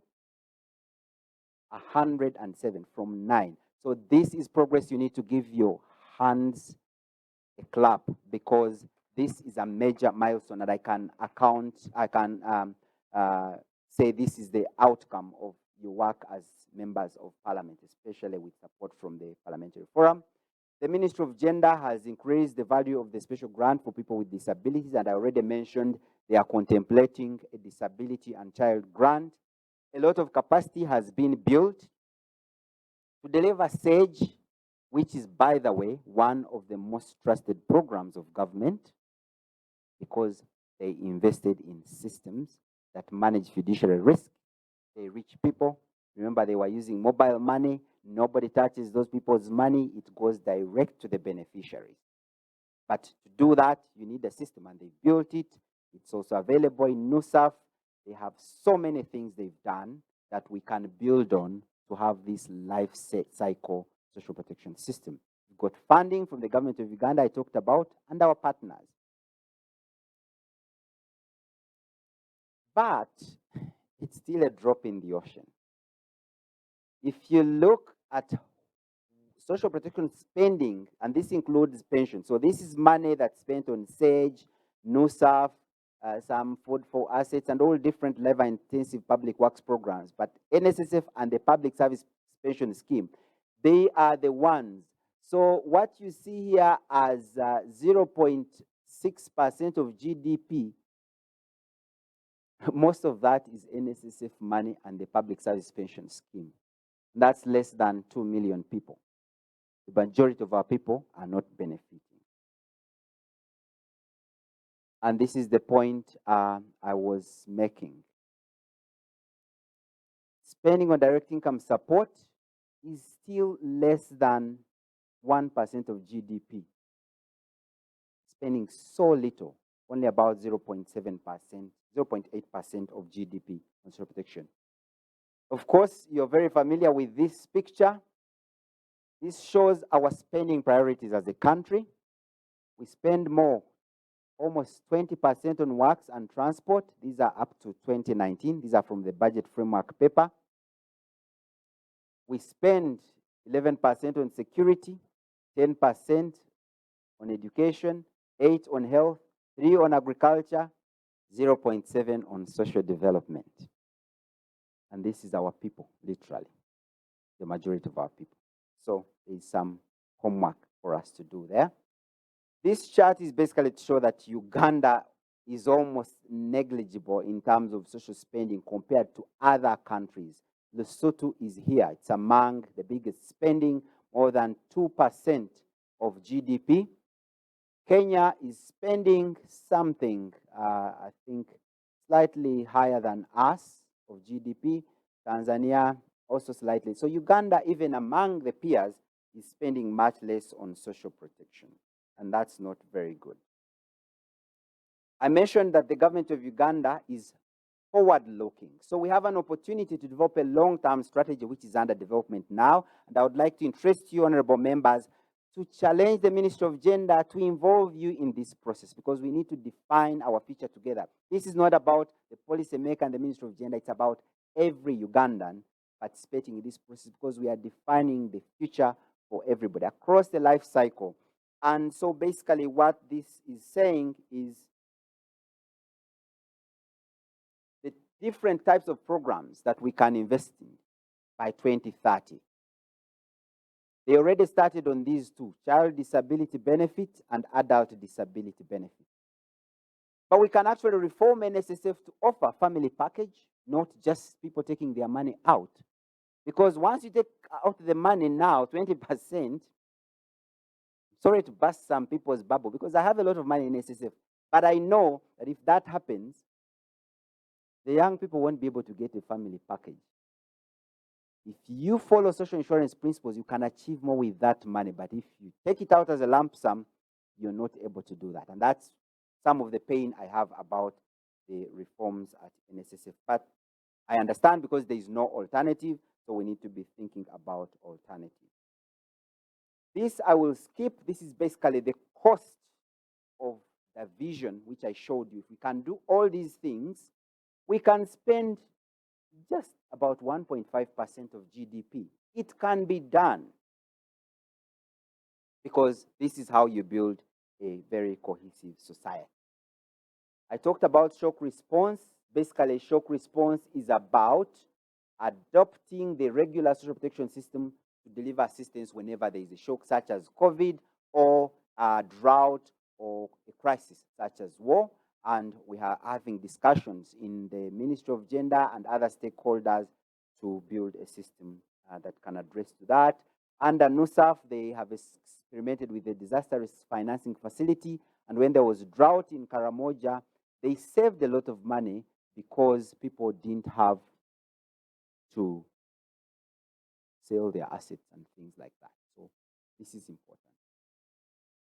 This chart basically is telling the story between 2014, when we had SAGE and a few others, but now there are so many programs. We have a policy, we have a single registry which can build on to register people, more government funding, and there is a long-term strategy under development. So we are on the right track, but we still have a lot of work to do. I already talked about what these benefits are. We can use social protection to build a higher income and secure nation through investing in our people's health, education, and social cohesion. These messages, I shouldn't belabor them, but they're important. I'll share these slides with you. Our incomes are very volatile. We have a level of vulnerability to shocks that's comparable to none in the region. So that's why the vast of our population keep falling in poverty. But we can support them to manage these shocks and build their human capital. We've laid a good foundation, but as I said, further investment is required, and we can count on you, honorable members, to shift the needle. That's in DJ speak. When you want to play another song, you shift the needle to something, the next song. So we are counting on you to shift the needle so we can cover more people with the social protection system, give a comprehensive list of social protection benefits. I thank you very much. We are very keen to support as Save the Children, to prioritize investments in children. We want governments all over the world to progressively move towards universal coverage of social protection. We know it takes time, but that is where we want to be going. If we have a long-term vision that's clear, we can actually lay a very good foundation for building this system. I thank you very much for your attention.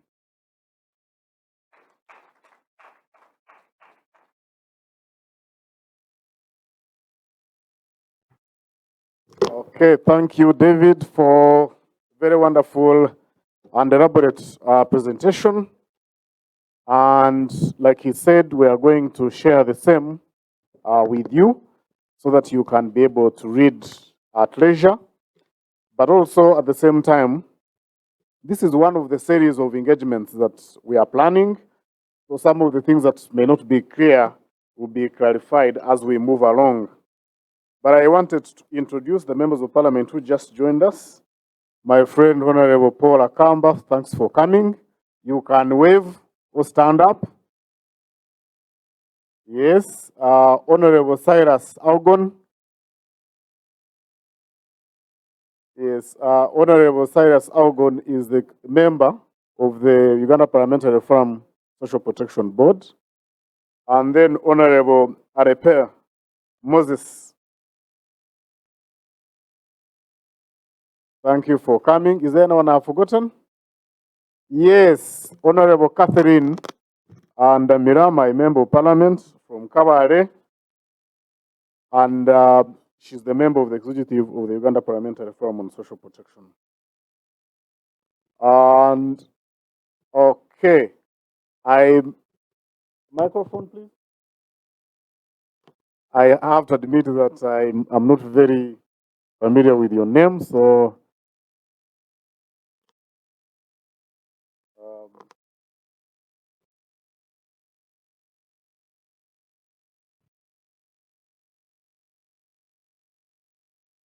so as we wait for that introduction,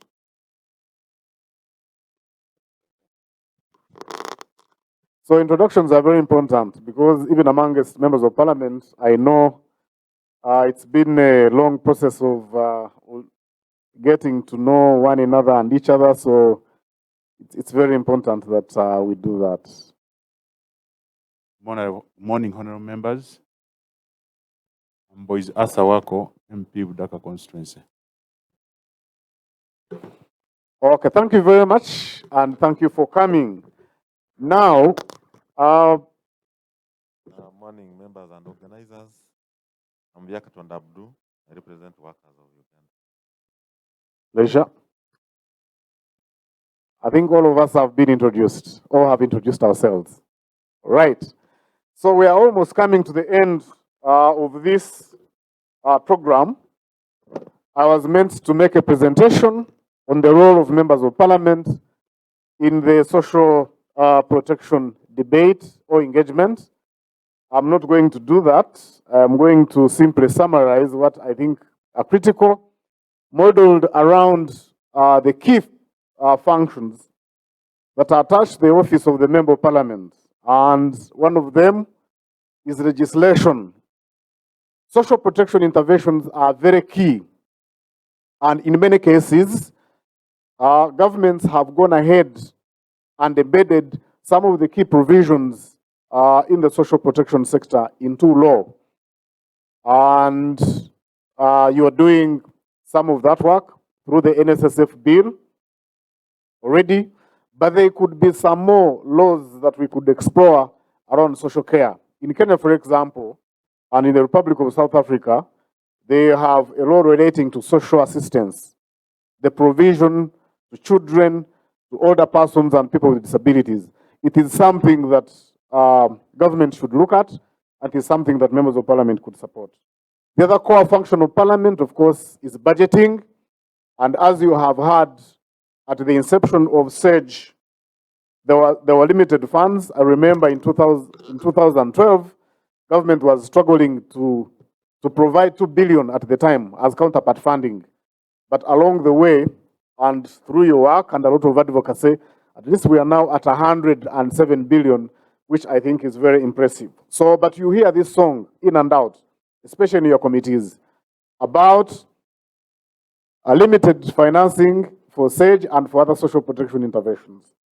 You will hear that even when Parliament appropriates these funds along the way, the release does not match with the expectations in the approved budget. So that would also be another area of continuous engagement, and that is precisely your role.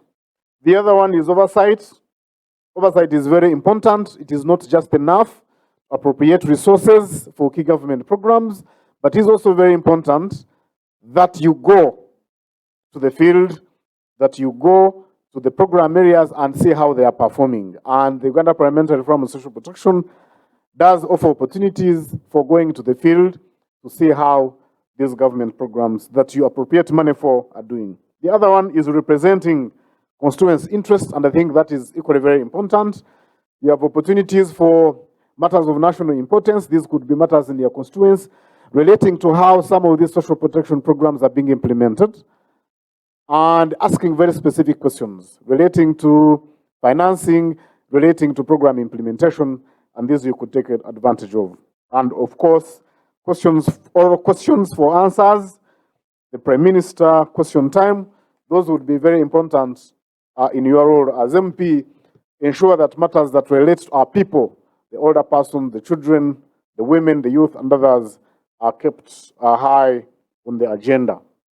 So that's the bit of the role of members of Parliament regarding advancement of social protection to our citizens. And on that note, I want to hand over to Honorable Chibadia to lead us in a question and answer session that we shall give about 20 minutes. And then I will ask the Honorable Flavia Kabahenda to close this engagement. So Honorable Chibadia, please. Thank you, Doctor. It's a pleasure that we have the representatives of the two sensitive committees, and Flavia can bear witness. The battle that we had in the last Parliament at least tried to provide some fruits. And I think in this Parliament we shall not have anybody to blame, and we shall not have any reason to transfer any responsibility to any other team if we don't fulfill what the aims and objectives of social protection are. So it's time for discussion. I only need to thank the panelists. I need to thank the presenters. Those presentations have been so good. Mr. Katabazi is still with us everywhere. You will always find him. He's very, very useful and resourceful as far as this program is concerned. We are opening, but what is key, as they presented, the issue of budgeting, we need to, as we present and as we react, we need to really focus on that line and see how best, because I know the budget committee, even if there was a failure somewhere in the ministerial policy statement, or somewhere when gender is trying and something is failing, budget committee has powers to do something and make sure we move where we are, so that it finds others who are not on the budget committee in the House to legislate and make sure we are there. So this time, let us make it a point that this Parliament must not transfer any responsibility to any other Parliament that has to come in. We must fulfill what we are supposed to fulfill. We must achieve 100% of the objectives of social protection. Yes, Doctor.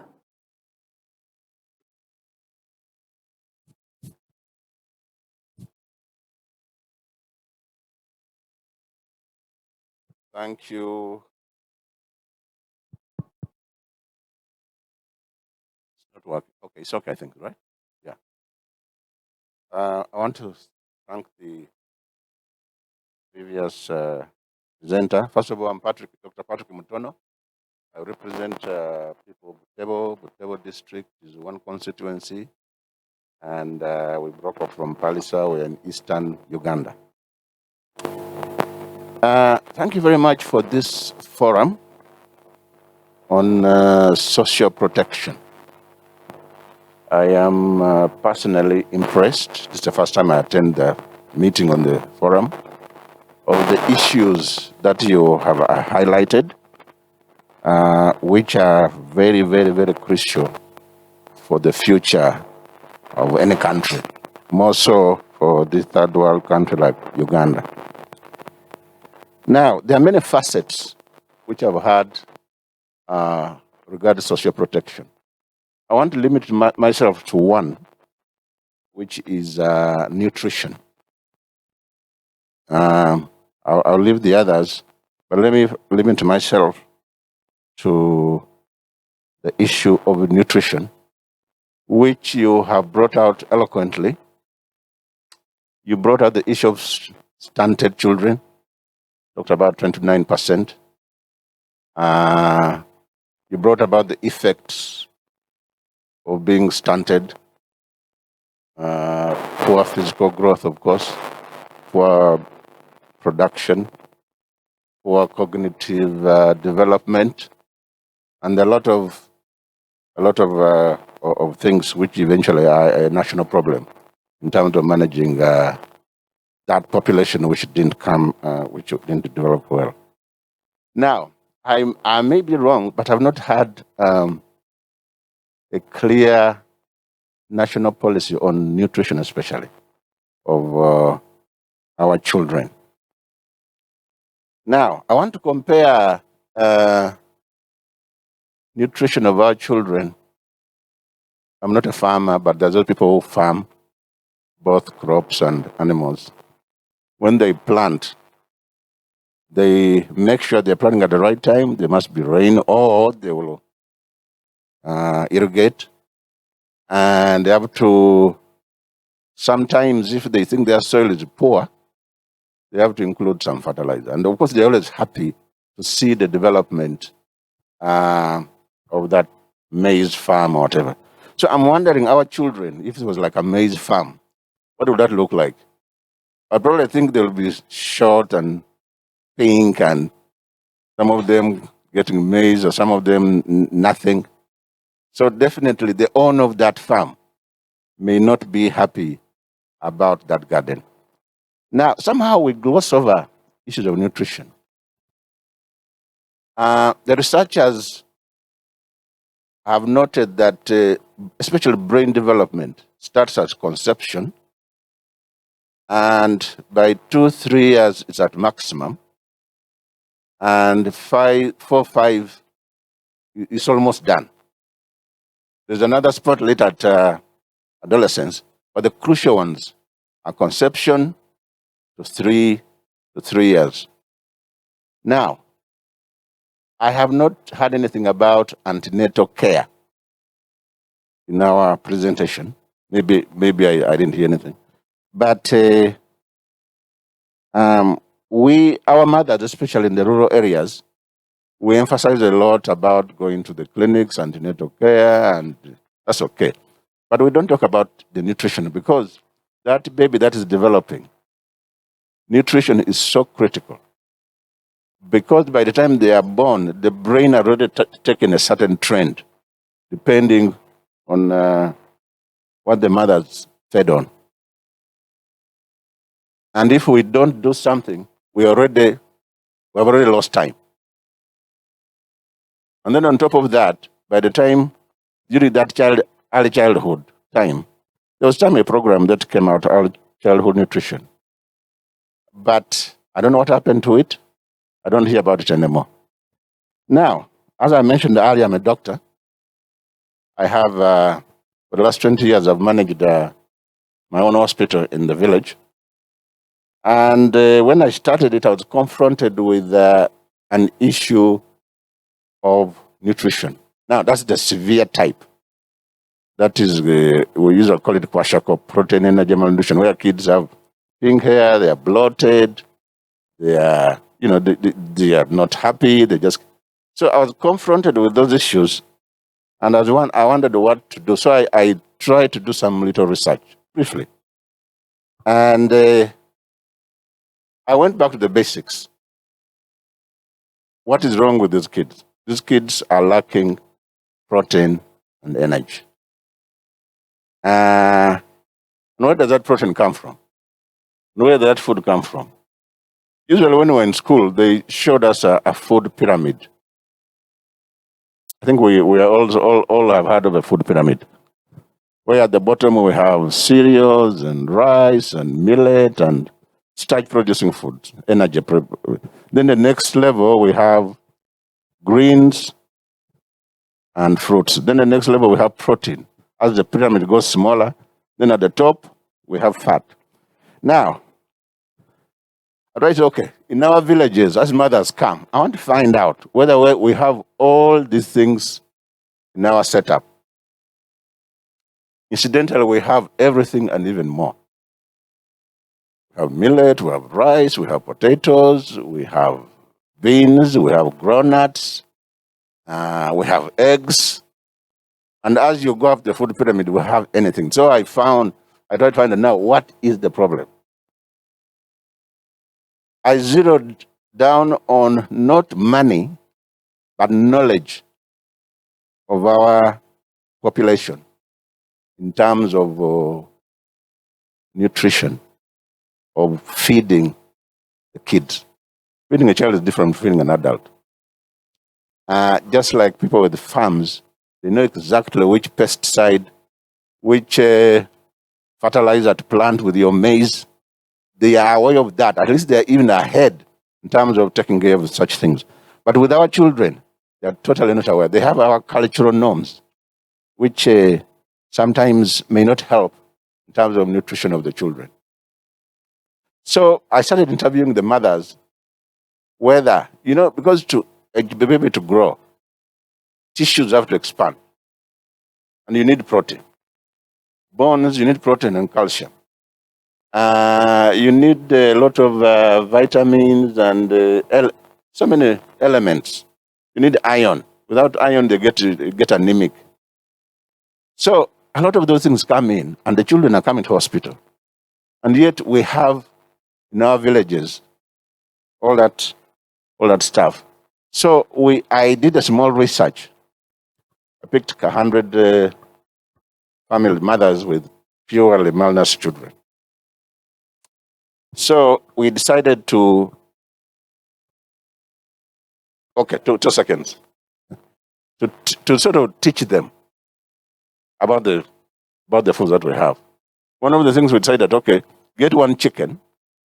That chicken should be laying 1 egg a day, and that egg you give to your what? The rest of the chickens you can do whatever, sell. And issues of granules. I realized that over those 100, over 80%, the malnutrition reversed just because of pure knowledge. And the mothers were really shocked that it was all about what? About knowledge. So we need to expand this issue of social protection in terms of nutrition. And all starting from antenatal care. So maybe as you answer a question, I would like to hear what coherent policy is there to address this problem as regards of our population. Thank you very much. Thank you, Doctor. Colleagues, we have 15 minutes to close this discussion. So let's be mindful of time. You use 1 minute, straight to the point. I could not stop Doctor because we brought a topic where he is specialized, but just 1 minute and we move. Thank you very much, Mr. Chairman, and Lambert, for your fantastic presentation. It's also my first time to attend this. I think I've been emboldened and provided a great knowledge. Maybe 3 comments. One, is your measure of child vulnerability or social vulnerability, you talked about cash only. In Africa, very few people are in the money economy. We look at other aspects like food in the homes. Would you be able to extend your tools to include food as well? The second one is you have identified the vulnerable groups that needs social protection very well. And one of them is actually the elders under SAGE. We have been very successful with that. When I was campaigning, I've realized that you limited the numbers, the age group to about what? 80. These people are dying now at 80. So why don't we reduce the age to 60 and then expand that? As Parliament, as Budget Committee, I'm a member of Budget Committee, we'll be willing to give more money so that you broaden, say, make one project that you've taken very successful. Is already successful. Broaden that so that we see it. And of course, the other aspect is you've talked about our funding to social security, being social protection, being still less than 1%, 0.7%. So come up with appropriate policies to cover some of the vulnerable groups so that as Parliament we can continue to appropriate enough money so that maybe as social protection as a percentage of GDP can go to 2% or more. I would recommend for you to do that. Then you've not talked about child labor, child protection.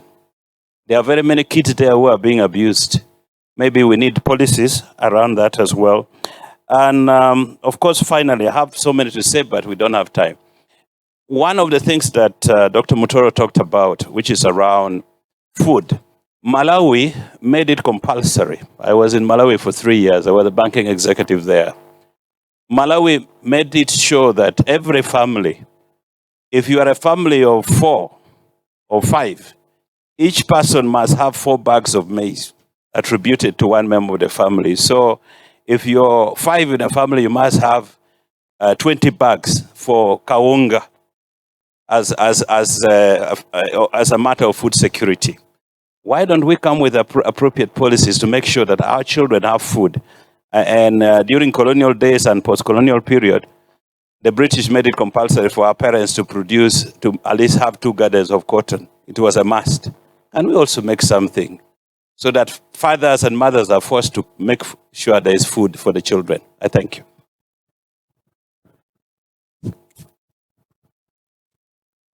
Thank you, Honorable Chair and colleagues.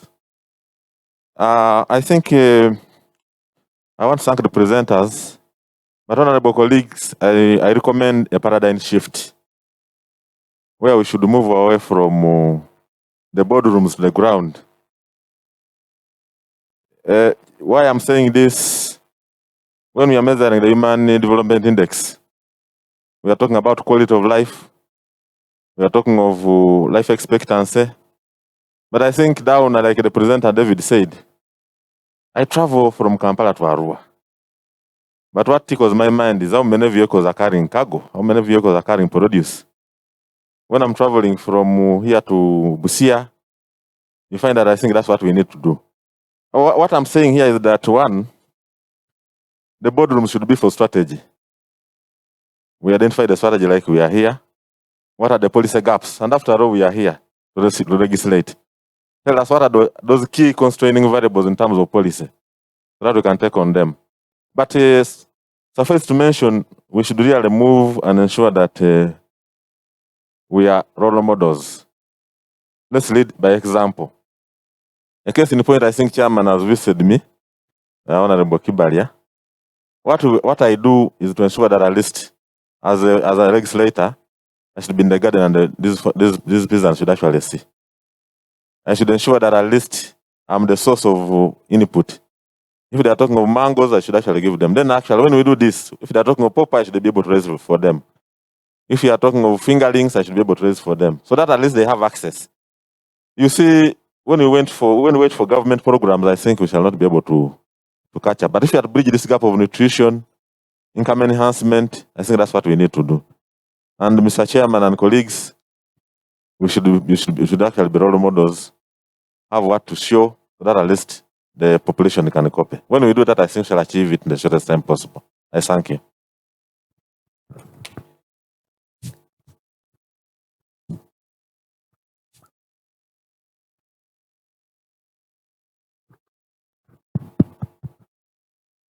The first issue has been raised. It was about lowering the age limit, which I won't again talk about it. Mr. David talked about, he informed us that poverty causes irreversible damage. And currently, we have been affected by COVID, whereby most young girls have got unwanted pregnancies.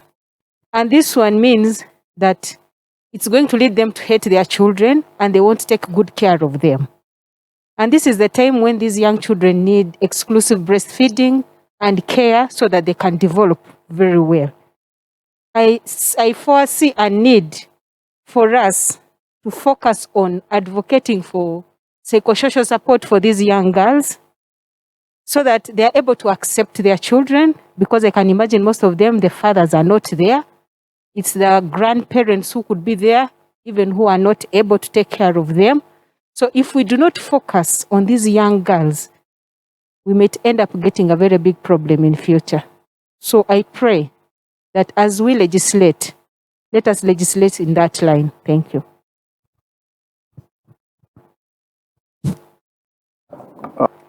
Encourage members to state their names so that the presenter can be able to capture them. I'm called Irene Linda, woman MP for Poto. Thank you, moderator. Dr. Asime Florence Akiki, woman MP, Masindi District, commonly known as the Dancing Queen. I'm here with the artist also. Anyway, Sage. I'm on Sage. I wanted to see in the presentation how we are faring. I've heard that actually this program is highly funded by the development partners, and my government is supposed to contribute a certain percentage. How sustainable is this program? And I hear that the partners will soon pull out. How sustainable is this program when the donors pull out? It's good the budget committee is here. We are having a lot of cutting in the budget.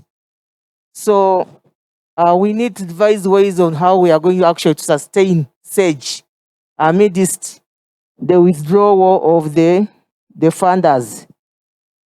How can we include this program in the parish model that is going to be implemented by our government? Thank you.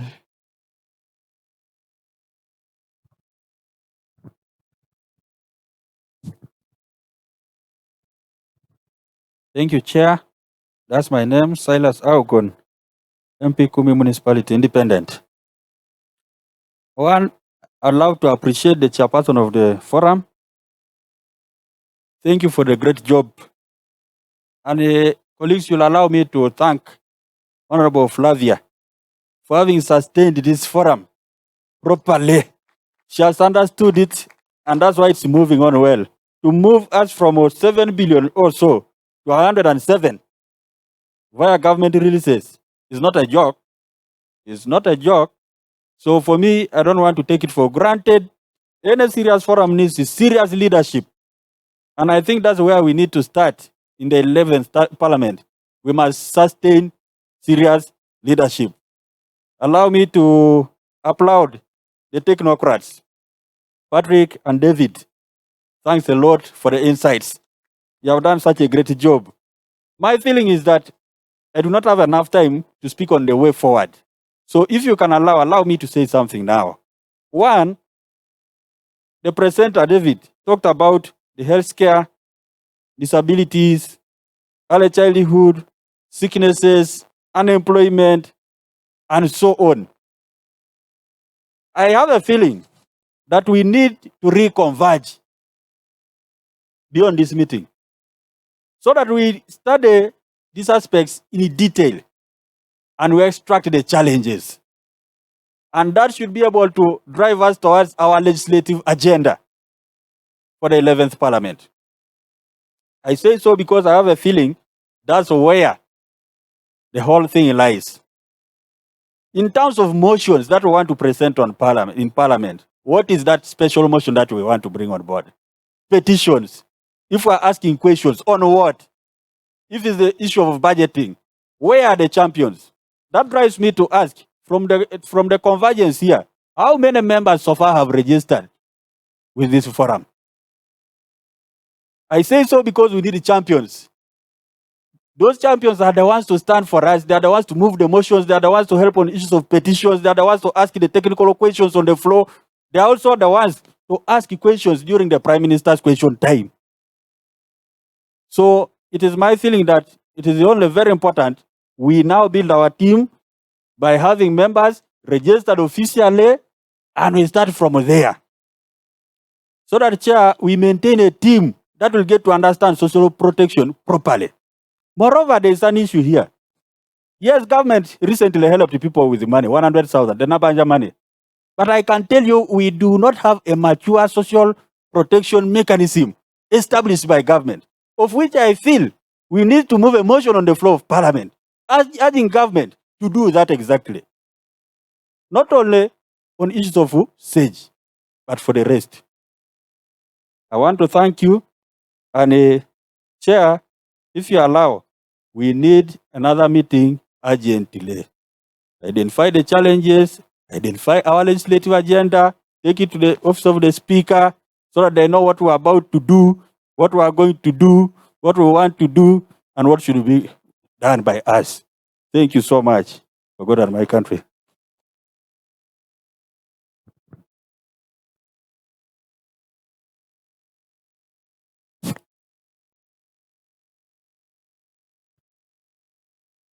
Yeah, thank you very much, Chair and colleagues. I want to thank the presenter, and the issue we are talking about, I want to bring out is a cross-cutting issue, but because the budget committee is here and also the forum is concerned with social protection, then we can talk about it.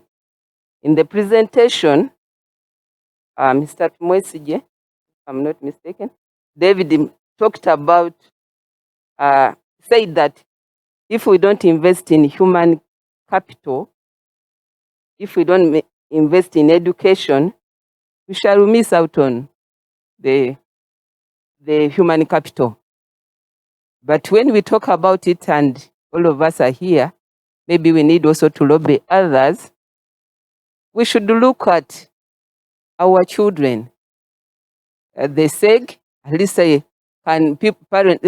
elderly can get the 20,000, but when you look at the education, we have a budget of the grant of 10,000 per child in primary per year.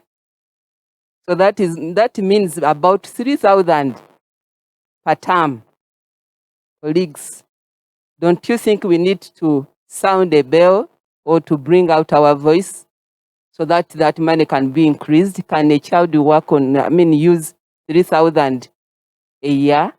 Because we know how much as legislators, we know the value of money. And when we talk about it, we know the effect. If you had 10,000, it's like you don't have anything.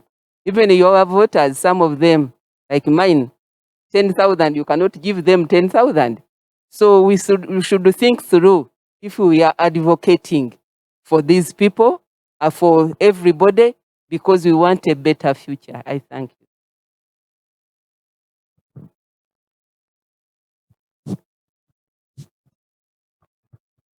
Thank you, Chair, and thank you so much, David.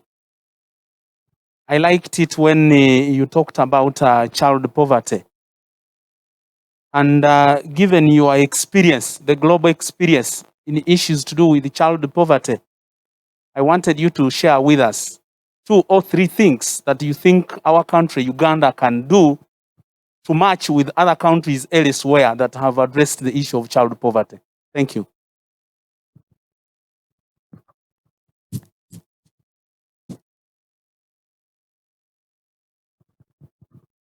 Thank you. Thank you, Mr. Chairman. I'm called Peg Joy Wako, representing old persons.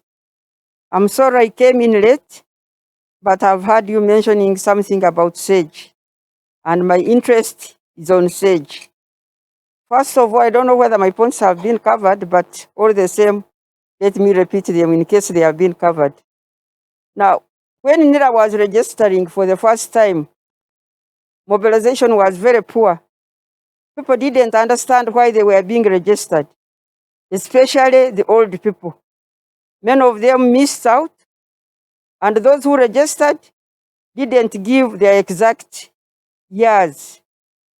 And now when this program of SAGE came in, many of them have missed out. They are already 80 years plus, but they registered less years. Now they cannot meet or get that small allowance the government is giving out. So there is a lot of outcry in the villages there, and many of them keep ringing us, see how we can assist them. Then another thing on SAGE, this 80 years plus, when you go to see, there are very few now people who are in 80 years who can benefit from this fund. The majority are less. And those who can benefit who are 80 years, many of them are very sickly and they cannot reach the paying points.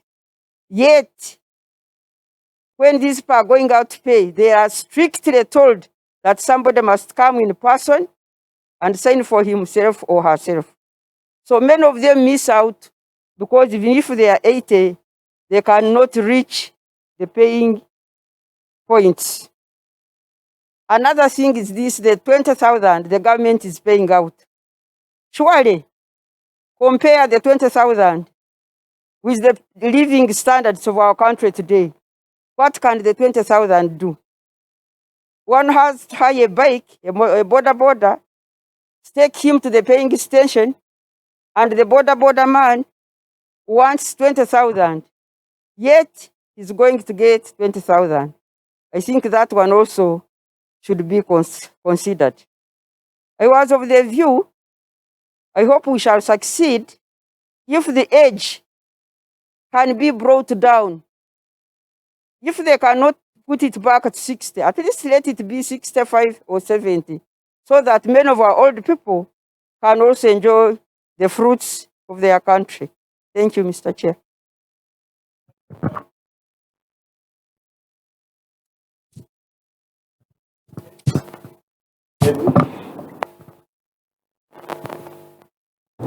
Respond to the few questions, Thank you very much, honorable members. I will respond to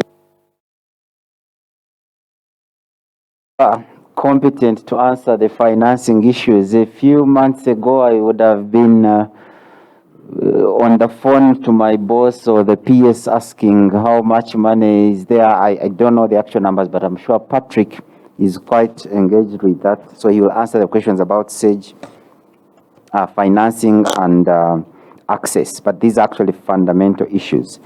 So let me start from the beginning by appreciating the brilliant comments and explanation from Dr. Patrick Mutoro, Honorable. You did a very good job to amplify the message on nutrition because, you know, it's a foundation of life, right from conception. So I agree with you, it's something we must do. And I wanted to respond to your point about the issue of knowledge. Save the Children globally is now renowned for its cash plus approach. We believe that cash, and this has been researched, there's a lot of evidence. Basically, I'm sure that's part of the study, that evidence includes the study you did, that cash is more effective if it's complemented with behavioral change communication. So in fact, the program I talked about, the Child Sensitive Social Protection Program in West Nile, which is implemented by WFP, is recruiting Save the Children to manage the behavioral change communication component, and we are doing this all over the world. It's kind of our flagship entry point, because in fact, child sensitivity is also defined as enhancing the nutritional aspects of our social protection programming. You wanted to know about the policy. I did not talk about UNAP 2, the Uganda National Action Plan on Nutrition. It's recently been approved by the Prime Minister, I believe, sometime in June, and it does actually provide for a framework for how the country can enhance nutrition. And social protection, of course, is one of the tools. There are several other. I think nutrition has been mainstream because I also know there is a national nutrition policy, but also there is a national early childhood development, I think, action plan. I did mention, but because of time, I didn't explain it a lot. Most of that information is available. I'll be happy to share it. Honorable Member, you did not mention your name, but Honorable Omara, you wanted to know whether cash or cash and food. Cash is king. The evidence we've seen globally suggests that if you give people money, they will buy food. So from a social protection point of view, you give them cash. But food security doesn't come from cash alone. Food security comes from agriculture production, because you also need to be able to guarantee supply. So cash gives you access, but you have to have supply of food. So families also need to be food secure in addition to being income secure. So it's a combination of both, but there's a very clear niche for social protection in terms of smoothening income security. Of course, if you live in the urban centers, it's really cash. Now, the question is, should you distribute food or cash? WFP, Save the Children, all the global humanitarian agencies are now moving to cash because it's faster to deliver. People decide what to use it for. Even vouchers, you know, they are not necessary. Like, there's no evidence that they would make a big difference. So unless you're controlling for specific things like inflation, cash is sufficient. But of course, it's context specific. I love the idea that you can reduce the age of SCG eligibility, because our child-sensitive assessment, which we are launching, by the way, and here's an invitation. On the 19th of November, we are going to launch a child sensitivity analysis report that we conducted at Save the Children together with the Ministry of Gender, Labor and Social Development. And one of the recommendations is that you should reduce the age of the SCG, the Senior Citizens Grant or SAGE, because if you do that, you reach more people. And we know that the most vulnerable children live in these older persons' households. We also know that it will take time to have a child benefit. But in the meantime, we can make swifter progress. It's a low-hanging fruit, would achieve a lot, would help with the recovery, would help a lot of old people who have extra costs now because of the restrictions imposed by COVID. It's harder to go to hospitals. So reducing that would really be a powerful thing and empowering for these people. The policies are there. We just need to implement them. I like your idea of expanding coverage, spending to 2% of GDP. The Ministry of Gender's vision aims for 1.5. We actually don't need to spend 2%. 1.5 is enough to cover in a gradual way. The point is, start now with a few, like child disability grant, which they've said they want to do a disability grant, but move to covering more children and enhancing the child sensitivity of the program. Child labor, there was a question about child labor. I did not talk about it, but of course, social protection helps to address child labor. It's one of the most researched areas. It's one of the most documented impacts of cash, that it reduces child labor, because then parents don't need to use their children to earn an extra income, especially in times of crisis. In fact, you talked about your work in Malawi. The first social protection scheme I heard of that was researched in Africa was called the Michinji Cash Transfer Pilot in Malawi. And of course, they also Save is working in Malawi. In fact, my colleague is just moved there. Food security is important to them. Honorable Vyakatonda, you're absolutely spot on. We need to lead by example. There are so many good programs on food security and livelihoods enhancement, but the point of social protection is that it enables people to access, it grants access. The purpose of social protection is to reduce the demand side barriers, the demand side constraints to access, either to food or nutrition or to health services, including maternal, because someone talked about antenatal care. There are costs associated with accessing these services. So if we can combine cash plus with antenatal care, absolutely, that's how we will lead to better human capital. And I think I can combine that with the point that Honorable Ravsheja Margaret raised. Yes, we need to enhance this funding for education, because I showed you it's one of the lowest. We spend more on security than education.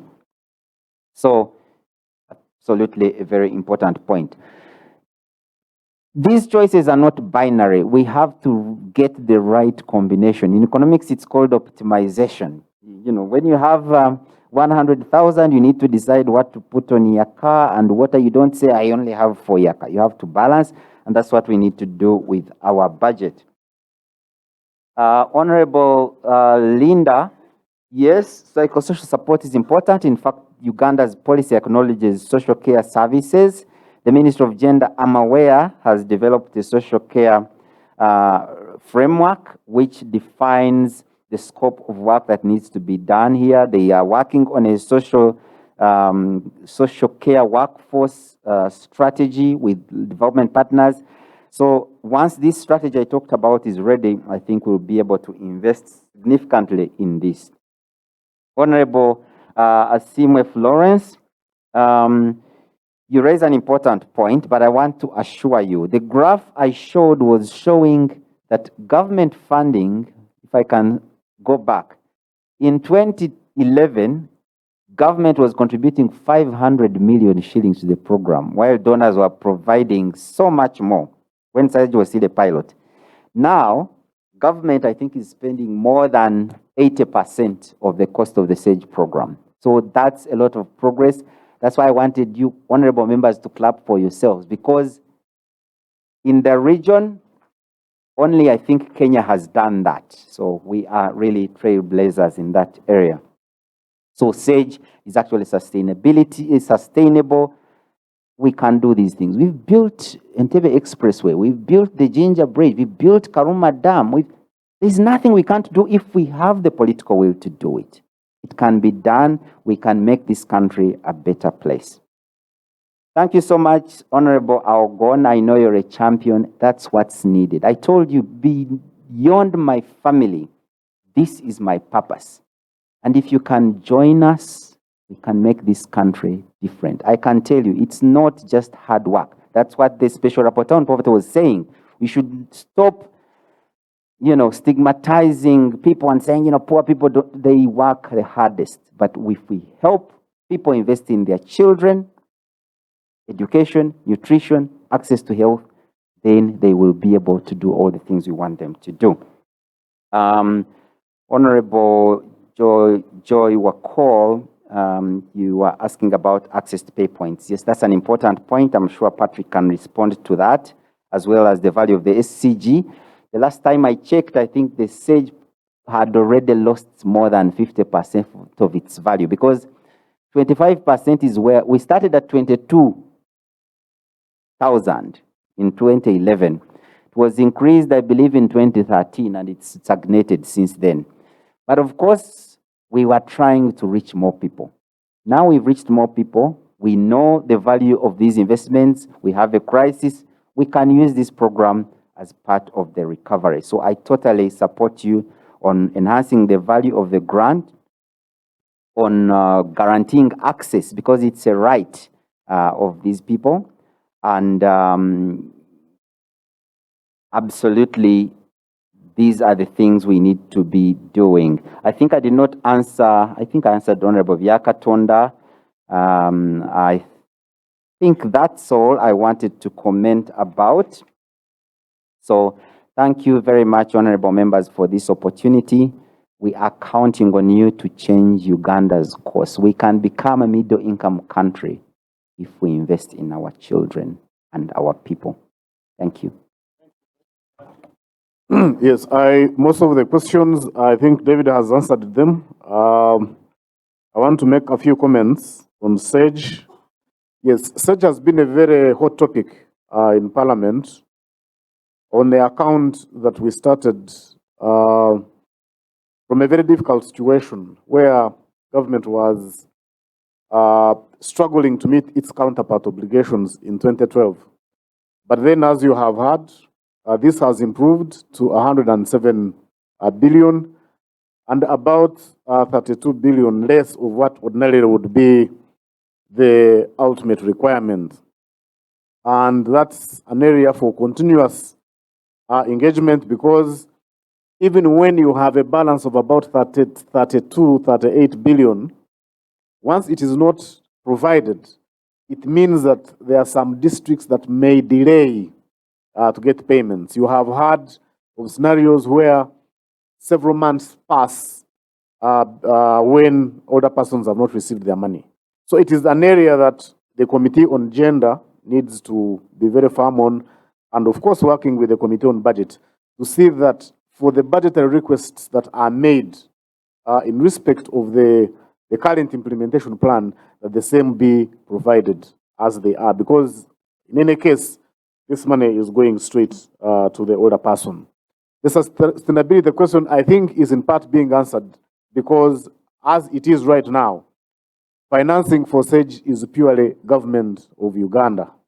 The donors have phased out their contribution, and it is government of Uganda that is financing all that. And we still think the commitment so far to provide 107 reflects the commitment, but also the fact that within Uganda's budgetary means, this is sustainable. We just need to put in some little bit of effort. The challenges brought forth by NIRA are very evident to everybody, but also more painful for older persons, because at least for them, you need a national ID in order to access a payment.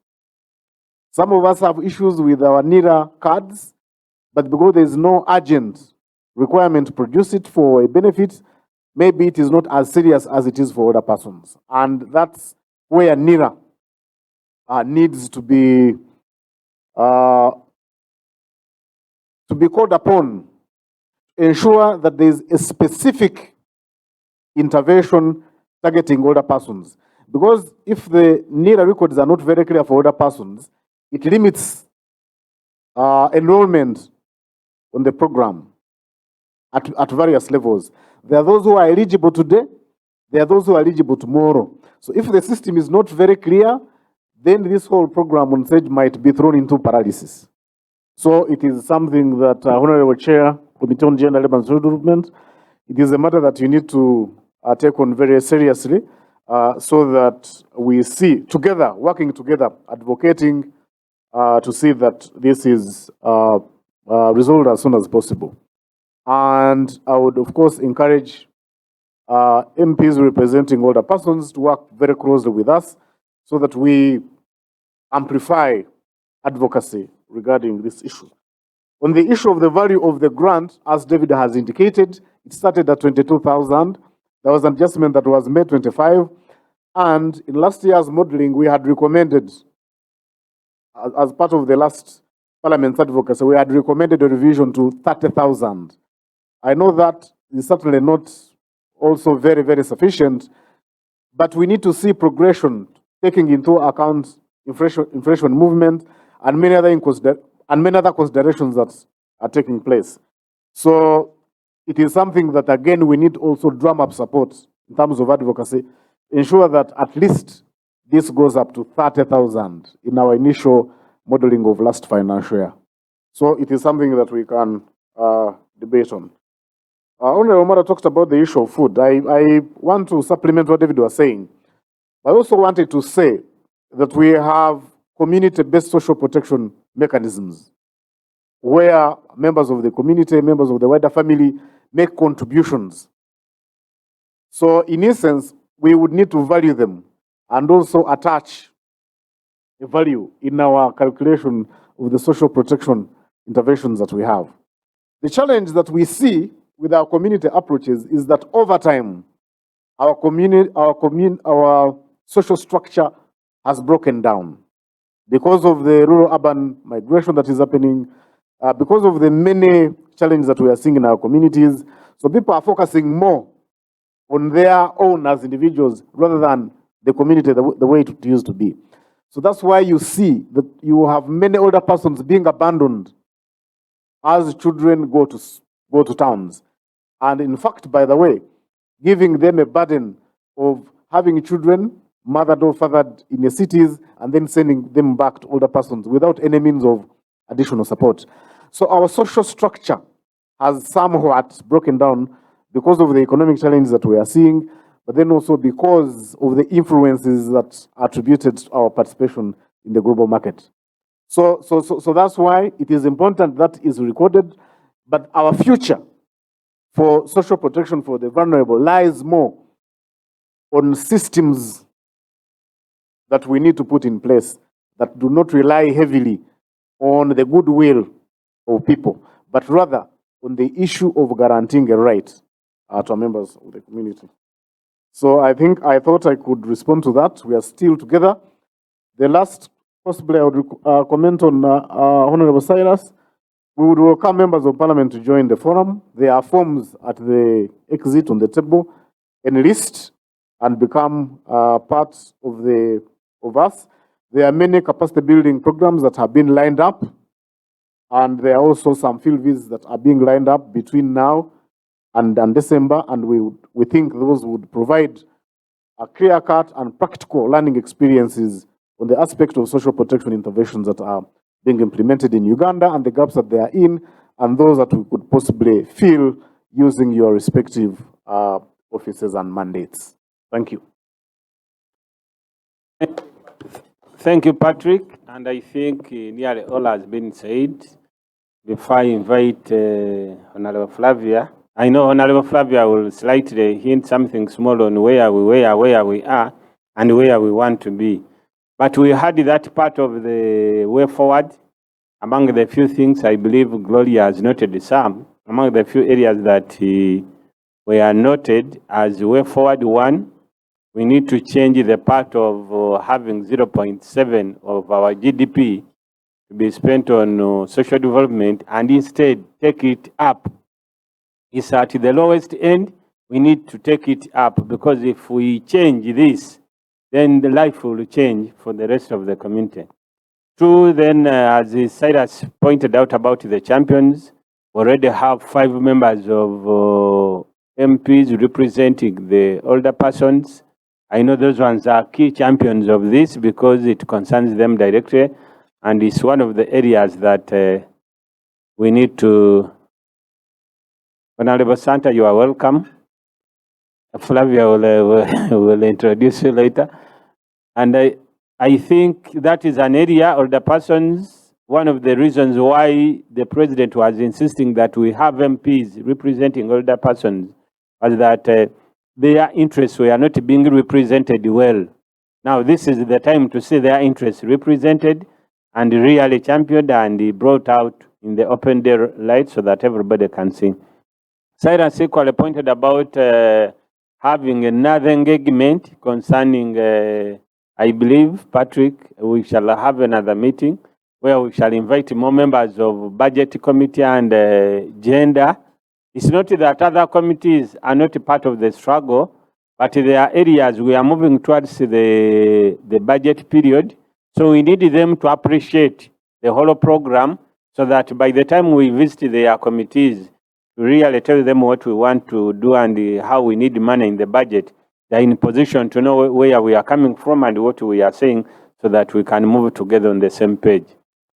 As another way forward, the MP for older persons also pointed out about the age group, 80. It was a struggle in the last parliament, but colleagues who were there know where it came from and why it was so. Originally, there was an issue, but I think given that now government has come in full board, it can be easier, because the other time government was imagining it could not be possible. But now I know, given that even our own is the chair of the gender committee, I know we shall reduce the age to where we want, because all of you know that looking for somebody of 85 years or 90 or 81 in your village, the environment has properly kicked them out. Now that even COVID has come, really the conditions are tough that they can no longer handle. Most of those people are dead, so we can't have a group that we are looking after which is not existing. So we need to look into the age and see how best we can move. Somebody talked about also having in mind the issue of the girl child. It's an area that I know our secretariat has noted, and we shall see how best we can look into that. The MP for also older persons talked about the mess up in the yards. It's an area, those older persons didn't take it as a serious, they didn't know what it meant to have the right age. Others were not even bothered, others could not even remember. So most of them have missed on that money, but it's an area equally that we can address and see how best we can help them and move as we are supposed to move. I need to invite Honorable Flavia to say the closing remarks. It's the age that I've talked of on the identity cards.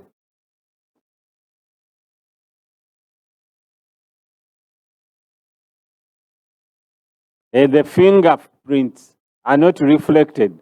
And more especially now that everybody washing hands using soap and sanitizers, even rubbed some of these, your fingerprints can no longer read as it were. It's equally an area that the Secretariat can take a note of. We need to address it. Honorable Babadiri has something to say before Flavia comes in. She's the representative for the Northern region. Give her the microphone.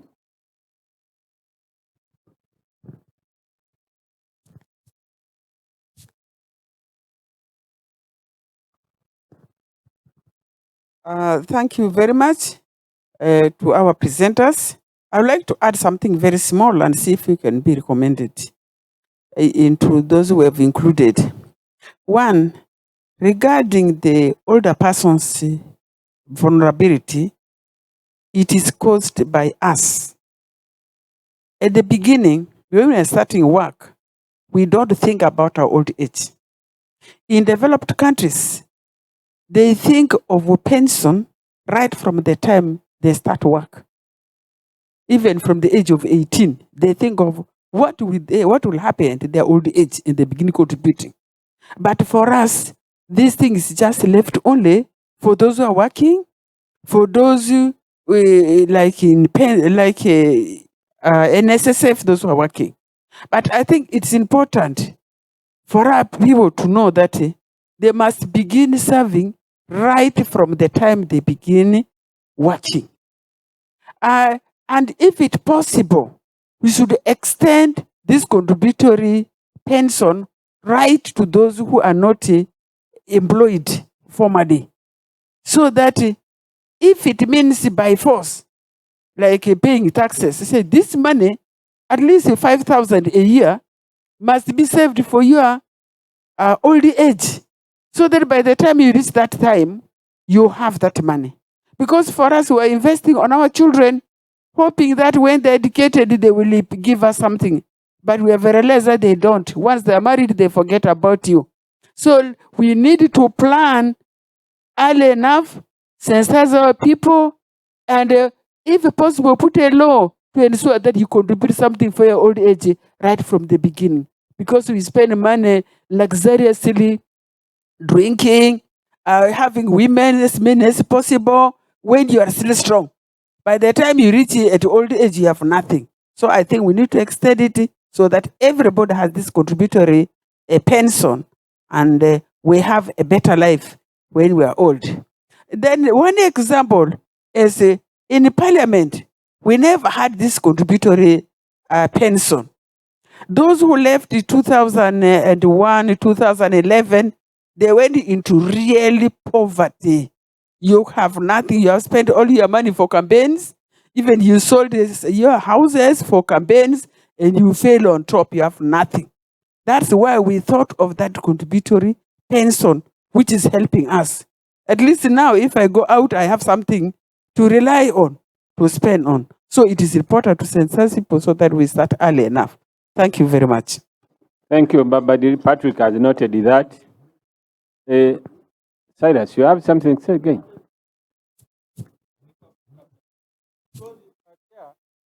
I felt it was very, very important that before we bring on board the new interventions, let's first have a drive to realize the deficit. The 32 billion, we didn't get it. So even before we talk about reducing the age and increasing the money, can we first cover the deficit? I thought it is something we should also capture in the way forward. Thank you. Chair, you have noted the issue of Cyrus. Cyrus has said we have a deficit. Originally, the Minister of Gender, by then, Honorable Janet Mukwe, was saying we don't have money as government. So they were worried of where money would come from. Now, if we make a drive and realize the deficit of 32 billion, then we shall be in a position to tell them that this thing is possible. After making sure everything is ready, now we fight to reduce the age. We first fight to have the gap covered, then we bring another battle to reduce the age. If we begin a battle of reducing the age, before we have covered the other gap, they will tell us that we have even failed to cover this. Now you are pushing us to this. Yes, the microphone is there. I wanted your eyes to see me. That's why I stood up. I was just emphasizing what is said. Now, for us, we are first-timers in Parliament, but we have experienced what the SAGE thing did to the elderly persons in our communities. So if there was a budget shortfall, I think that can be considered within the push of going to beyond 1% of GDP. So if you have one project which is doing very well, why don't we capitalize on that? Let's cover the gap, increase the number, we reduce the age to 60, and we see what numbers that would be. Yes, then you come to Parliament and say, let's fund this thing 100%. Personally, I would be there. I'm not a very simple person. I have my friends who in the budget committee will be able to mobilize and provide that money. So what we want from you is an initiative. This thing we are telling you, cover the gap, reduce the number to 60, and we have the justification for reduction of age. The 80, the 85 are dead. You don't deal with the numbers, people you don't have. So I thank you, Mr. Chairman. Thank you. So his idea is let us first agree on reducing the age, then we push for the gap at once.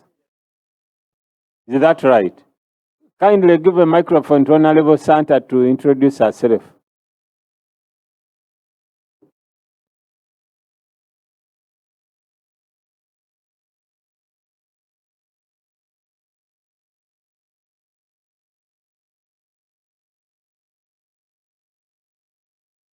Thank you so much, Chair. I want to first apologize because of coming late. It was due to some other unforeseen engagement earlier before this. Now, my name is Santa Alum, Member of Parliament representing Oyam District and the Secretary General for this forum. Allow me now, the last bit of the engagement. I think our Secretariat and the Chair, Gender, needs to come up and help us in this. Because I remember the way we struggled to get all the districts on board. And the argument of the Honorable Minister, by then Honorable Saida Bumba, was that there is no money which can cater for the entire elderly from the age 65. We were even dealing with 65, not 60. So for me, I would ask our Secretariat and the Chair Budget to sit down, because I don't want us to try and then we even lose everything. So, you know, the Budget Committee is strong, so that you informed us which approach should we really, should we reduce the number to 60, for example, and we increase the amount of money? Shall we be successful? just food for thought for the mind. Thank you. Okay. I think honorable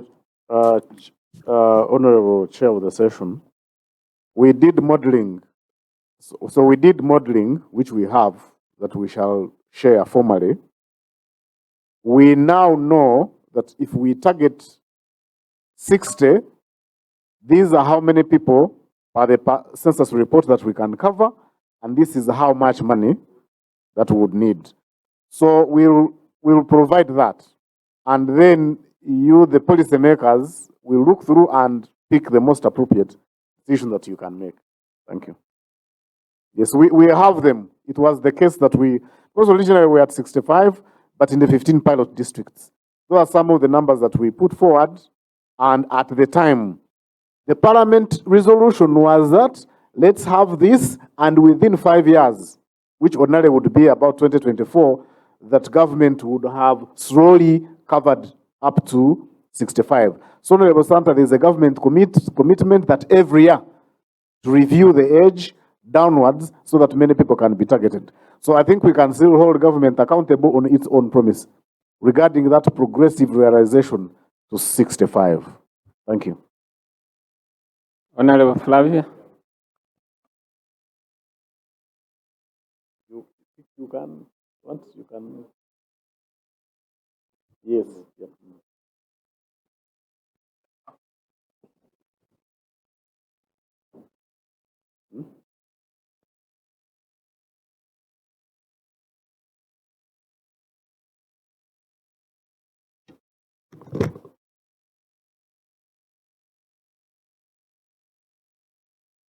The honorable members of Parliament sitting on the Committee of Gender and those honorable members sitting on the Committee of Budget, the technical people from Parliament, the Executive Committee of Uganda Parliamentary Forum on Social Protection, the staff of Uganda Parliamentary Forum on Social Protection, ladies and gentlemen. I am Kabahenda Flavia Rwabhoro. I represent the people of Kyegegwa District. I am the committee chairperson for the Committee on Gender, Labor and Social Development, and I am the advocacy advisor for the Uganda Parliamentary Forum on Social Protection. I will plead with you to understand me when I cross from being the chair, talking as chairperson of committee, to somehow talk as member of UPFSP.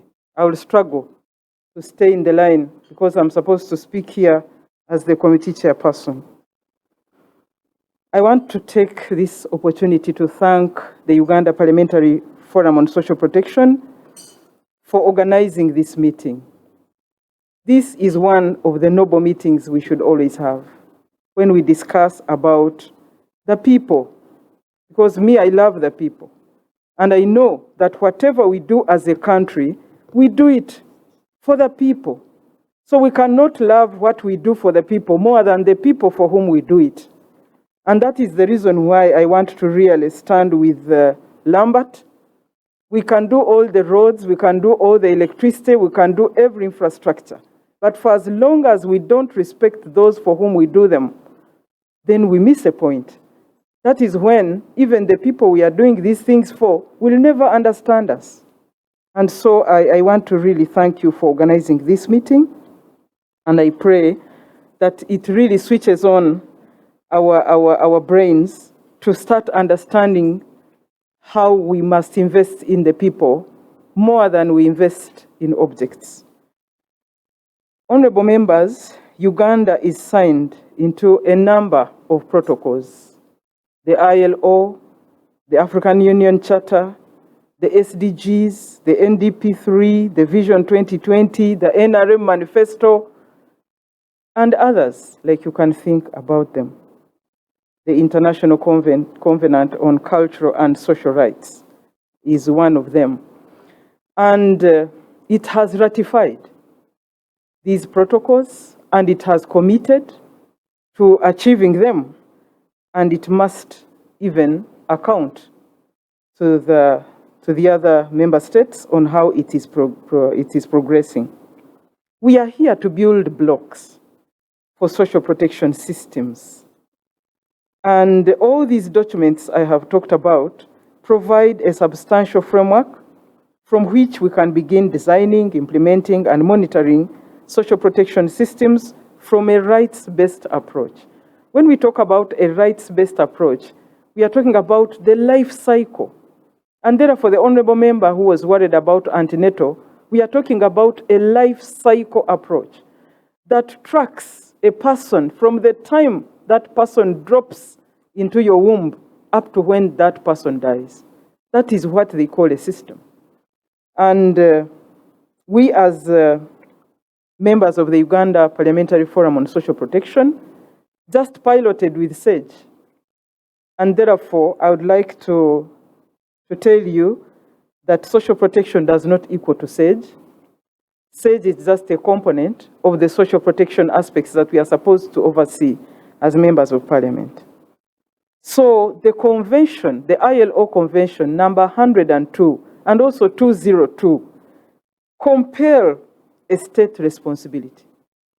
That the state has the overall responsibility to guarantee the proper administration of a social protection system, including ensuring financial sustainability, like the doctor was asking, and also to ensure that benefits are duly provided, minimum social protection requirements, and this was the biggest achievement of the 20th century. We cannot come out of it. Government is supposed to ensure sustainability, financial sustainability. So I don't know whether we want to sympathize with government or we want to put government to task to live to what is expected of it. And that is why we need the actual set of policies and programs designed to reduce poverty and vulnerability by promoting efficient labor markets, reducing people's exposure to shocks, and enhancing their capacity to protect themselves against hazards and loss of incomes. For social cohesion and inclusion and a dignified citizenry, we need a social protection system.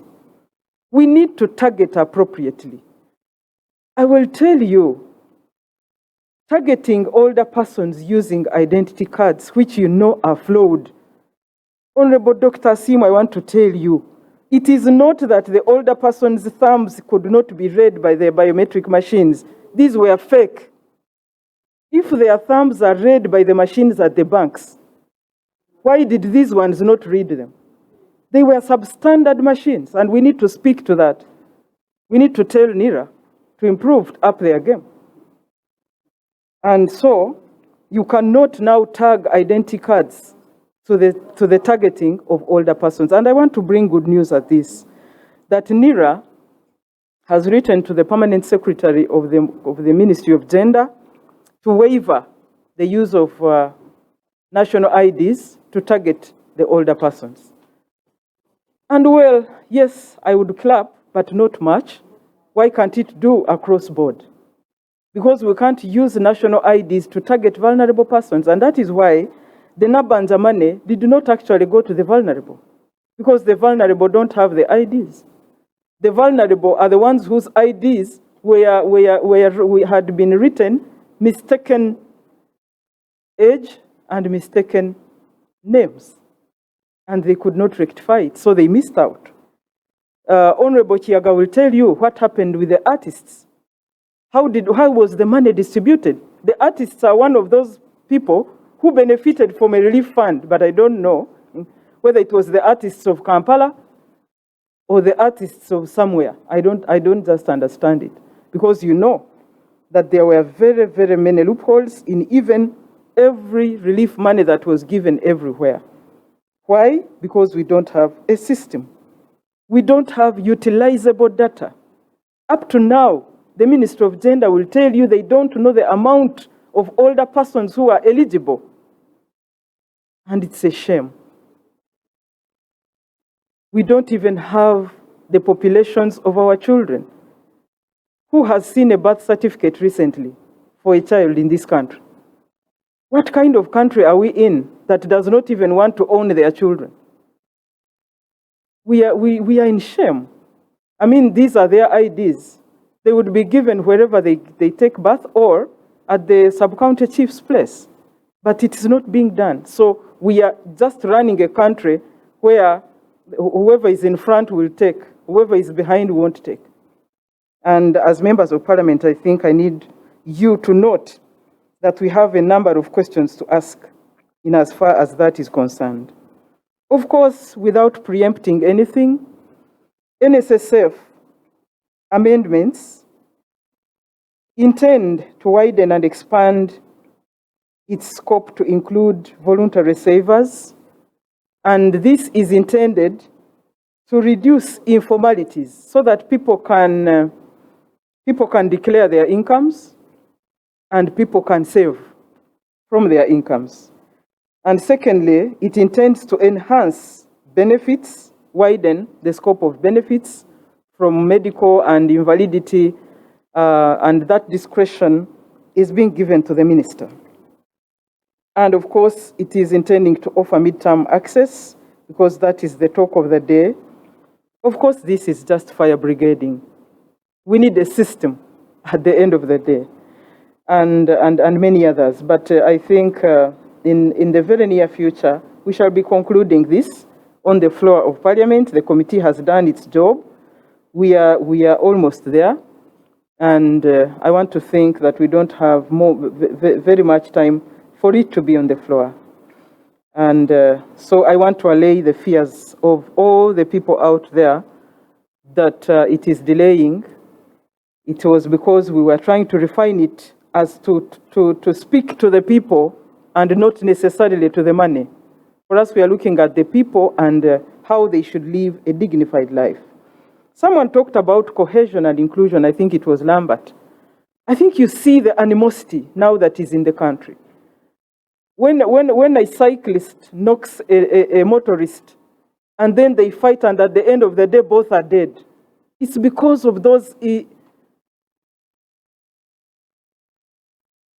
kind of differences that people see. Because when someone who is a cyclist sees you riding a UBK that you bought just last week, you know the animosity that comes. Recently, if you have watched news, when people go to someone's house and arm a man at that, and then they put it on fire to burn him and his wife in and the children, you can imagine the animosity that the differences in income and standards of living is bringing. All of us are going to be hunted because people now think we owe them a living because they cannot be badly off, and for us, we are up here. So we need to think now, or else each one of us will have to get an armored car if we are not careful. And so the idea of social protection and a system that is going to address people's vulnerabilities and shocks should be the talk now and not tomorrow, because it is very paramount. And we know that close to 4 million children live with older persons of 60 and above. Close to 4 million children. So when we talk about lowering the age eligibility, then it means we are trapping more children into the net for support with social protection. Of course, I would love that we learn to link interventions of social protection in order to construct a system. One time, we went to meet the PSST, the former PSST, and the budget officer in the Ministry of Finance. And of course, they were asking questions of sustainability on SAGE. But how are we going to sustain this? You know now, people are living up to 63, so we are going to get very many older persons, and how will we sustain it? And then I looked at them. I asked myself, are you students of economics? Because you can't introduce youth livelihood support, and you introduce UWEP, and you introduce a PWD grant, and you cannot even link that as a means of creating resilience to the effect that by the time these people are old, they will not need SAGE. You see, in this country, we just operate on projects. So they think YLP has no relationship to SAGE. They think UWEP has no relationship to SAGE. And yet, if we strengthen these, then these people, when they grow old, they wouldn't love SAGE. They would be already resilient. They would be standalone. And if we don't learn that as a country, then we are going to continue to pick and play. And I love when the doctor says, can we link this to PDM, SAGE to parish model? But it was not even linked to Emyoga. There was no Omwoga for older persons. Was it there? No, it wasn't. There was Omwoga for women entrepreneurs. There were youths. There were everybody. There were no older persons in any of the enterprises of Emyoga. So I don't know how we want to link it to PDM. Even when PDM is talking about agribusiness, agriculture, and you know that the older persons don't even have the energy to do agriculture. Nevertheless, we should be at the back of our minds, we should know that close to 60% of the land in the country belongs to older persons. And that is the reason why the younger people are fighting to clear them out so that they can grab land for free. But otherwise, most of the land in this country belongs to older persons. And therefore, linking them to PDM would be a good thing if there were people who think like that. And of course, linking interventions, the National Social Protection Policy that is being reviewed now is making social protection everybody's business, from the family. From the family. It is very, very easy for a parent to raise his or her 15 children, one parent. But it is very difficult for the 15 children to look after their one parent.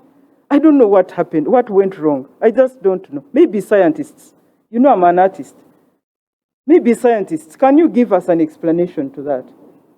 That one parent can raise his or her children 15, 10, 15, and those children cannot even support their one parent. And that is where we all fall out. I think all of us have fallen short of the glory of God when it comes to that. And therefore, the National Social Protection emphasizes the family intervention on social protection, looking after people with disabilities, all the people that are vulnerable in our families, including, but not limited to, the older persons. We need utilizable data. The single registry this time must be financed. Honorable members sitting on the budget committee, we have a single registry that was launched 2015. It has no utilizable data at all. And so all that comes because there is no financing for it. It has not been operationalized.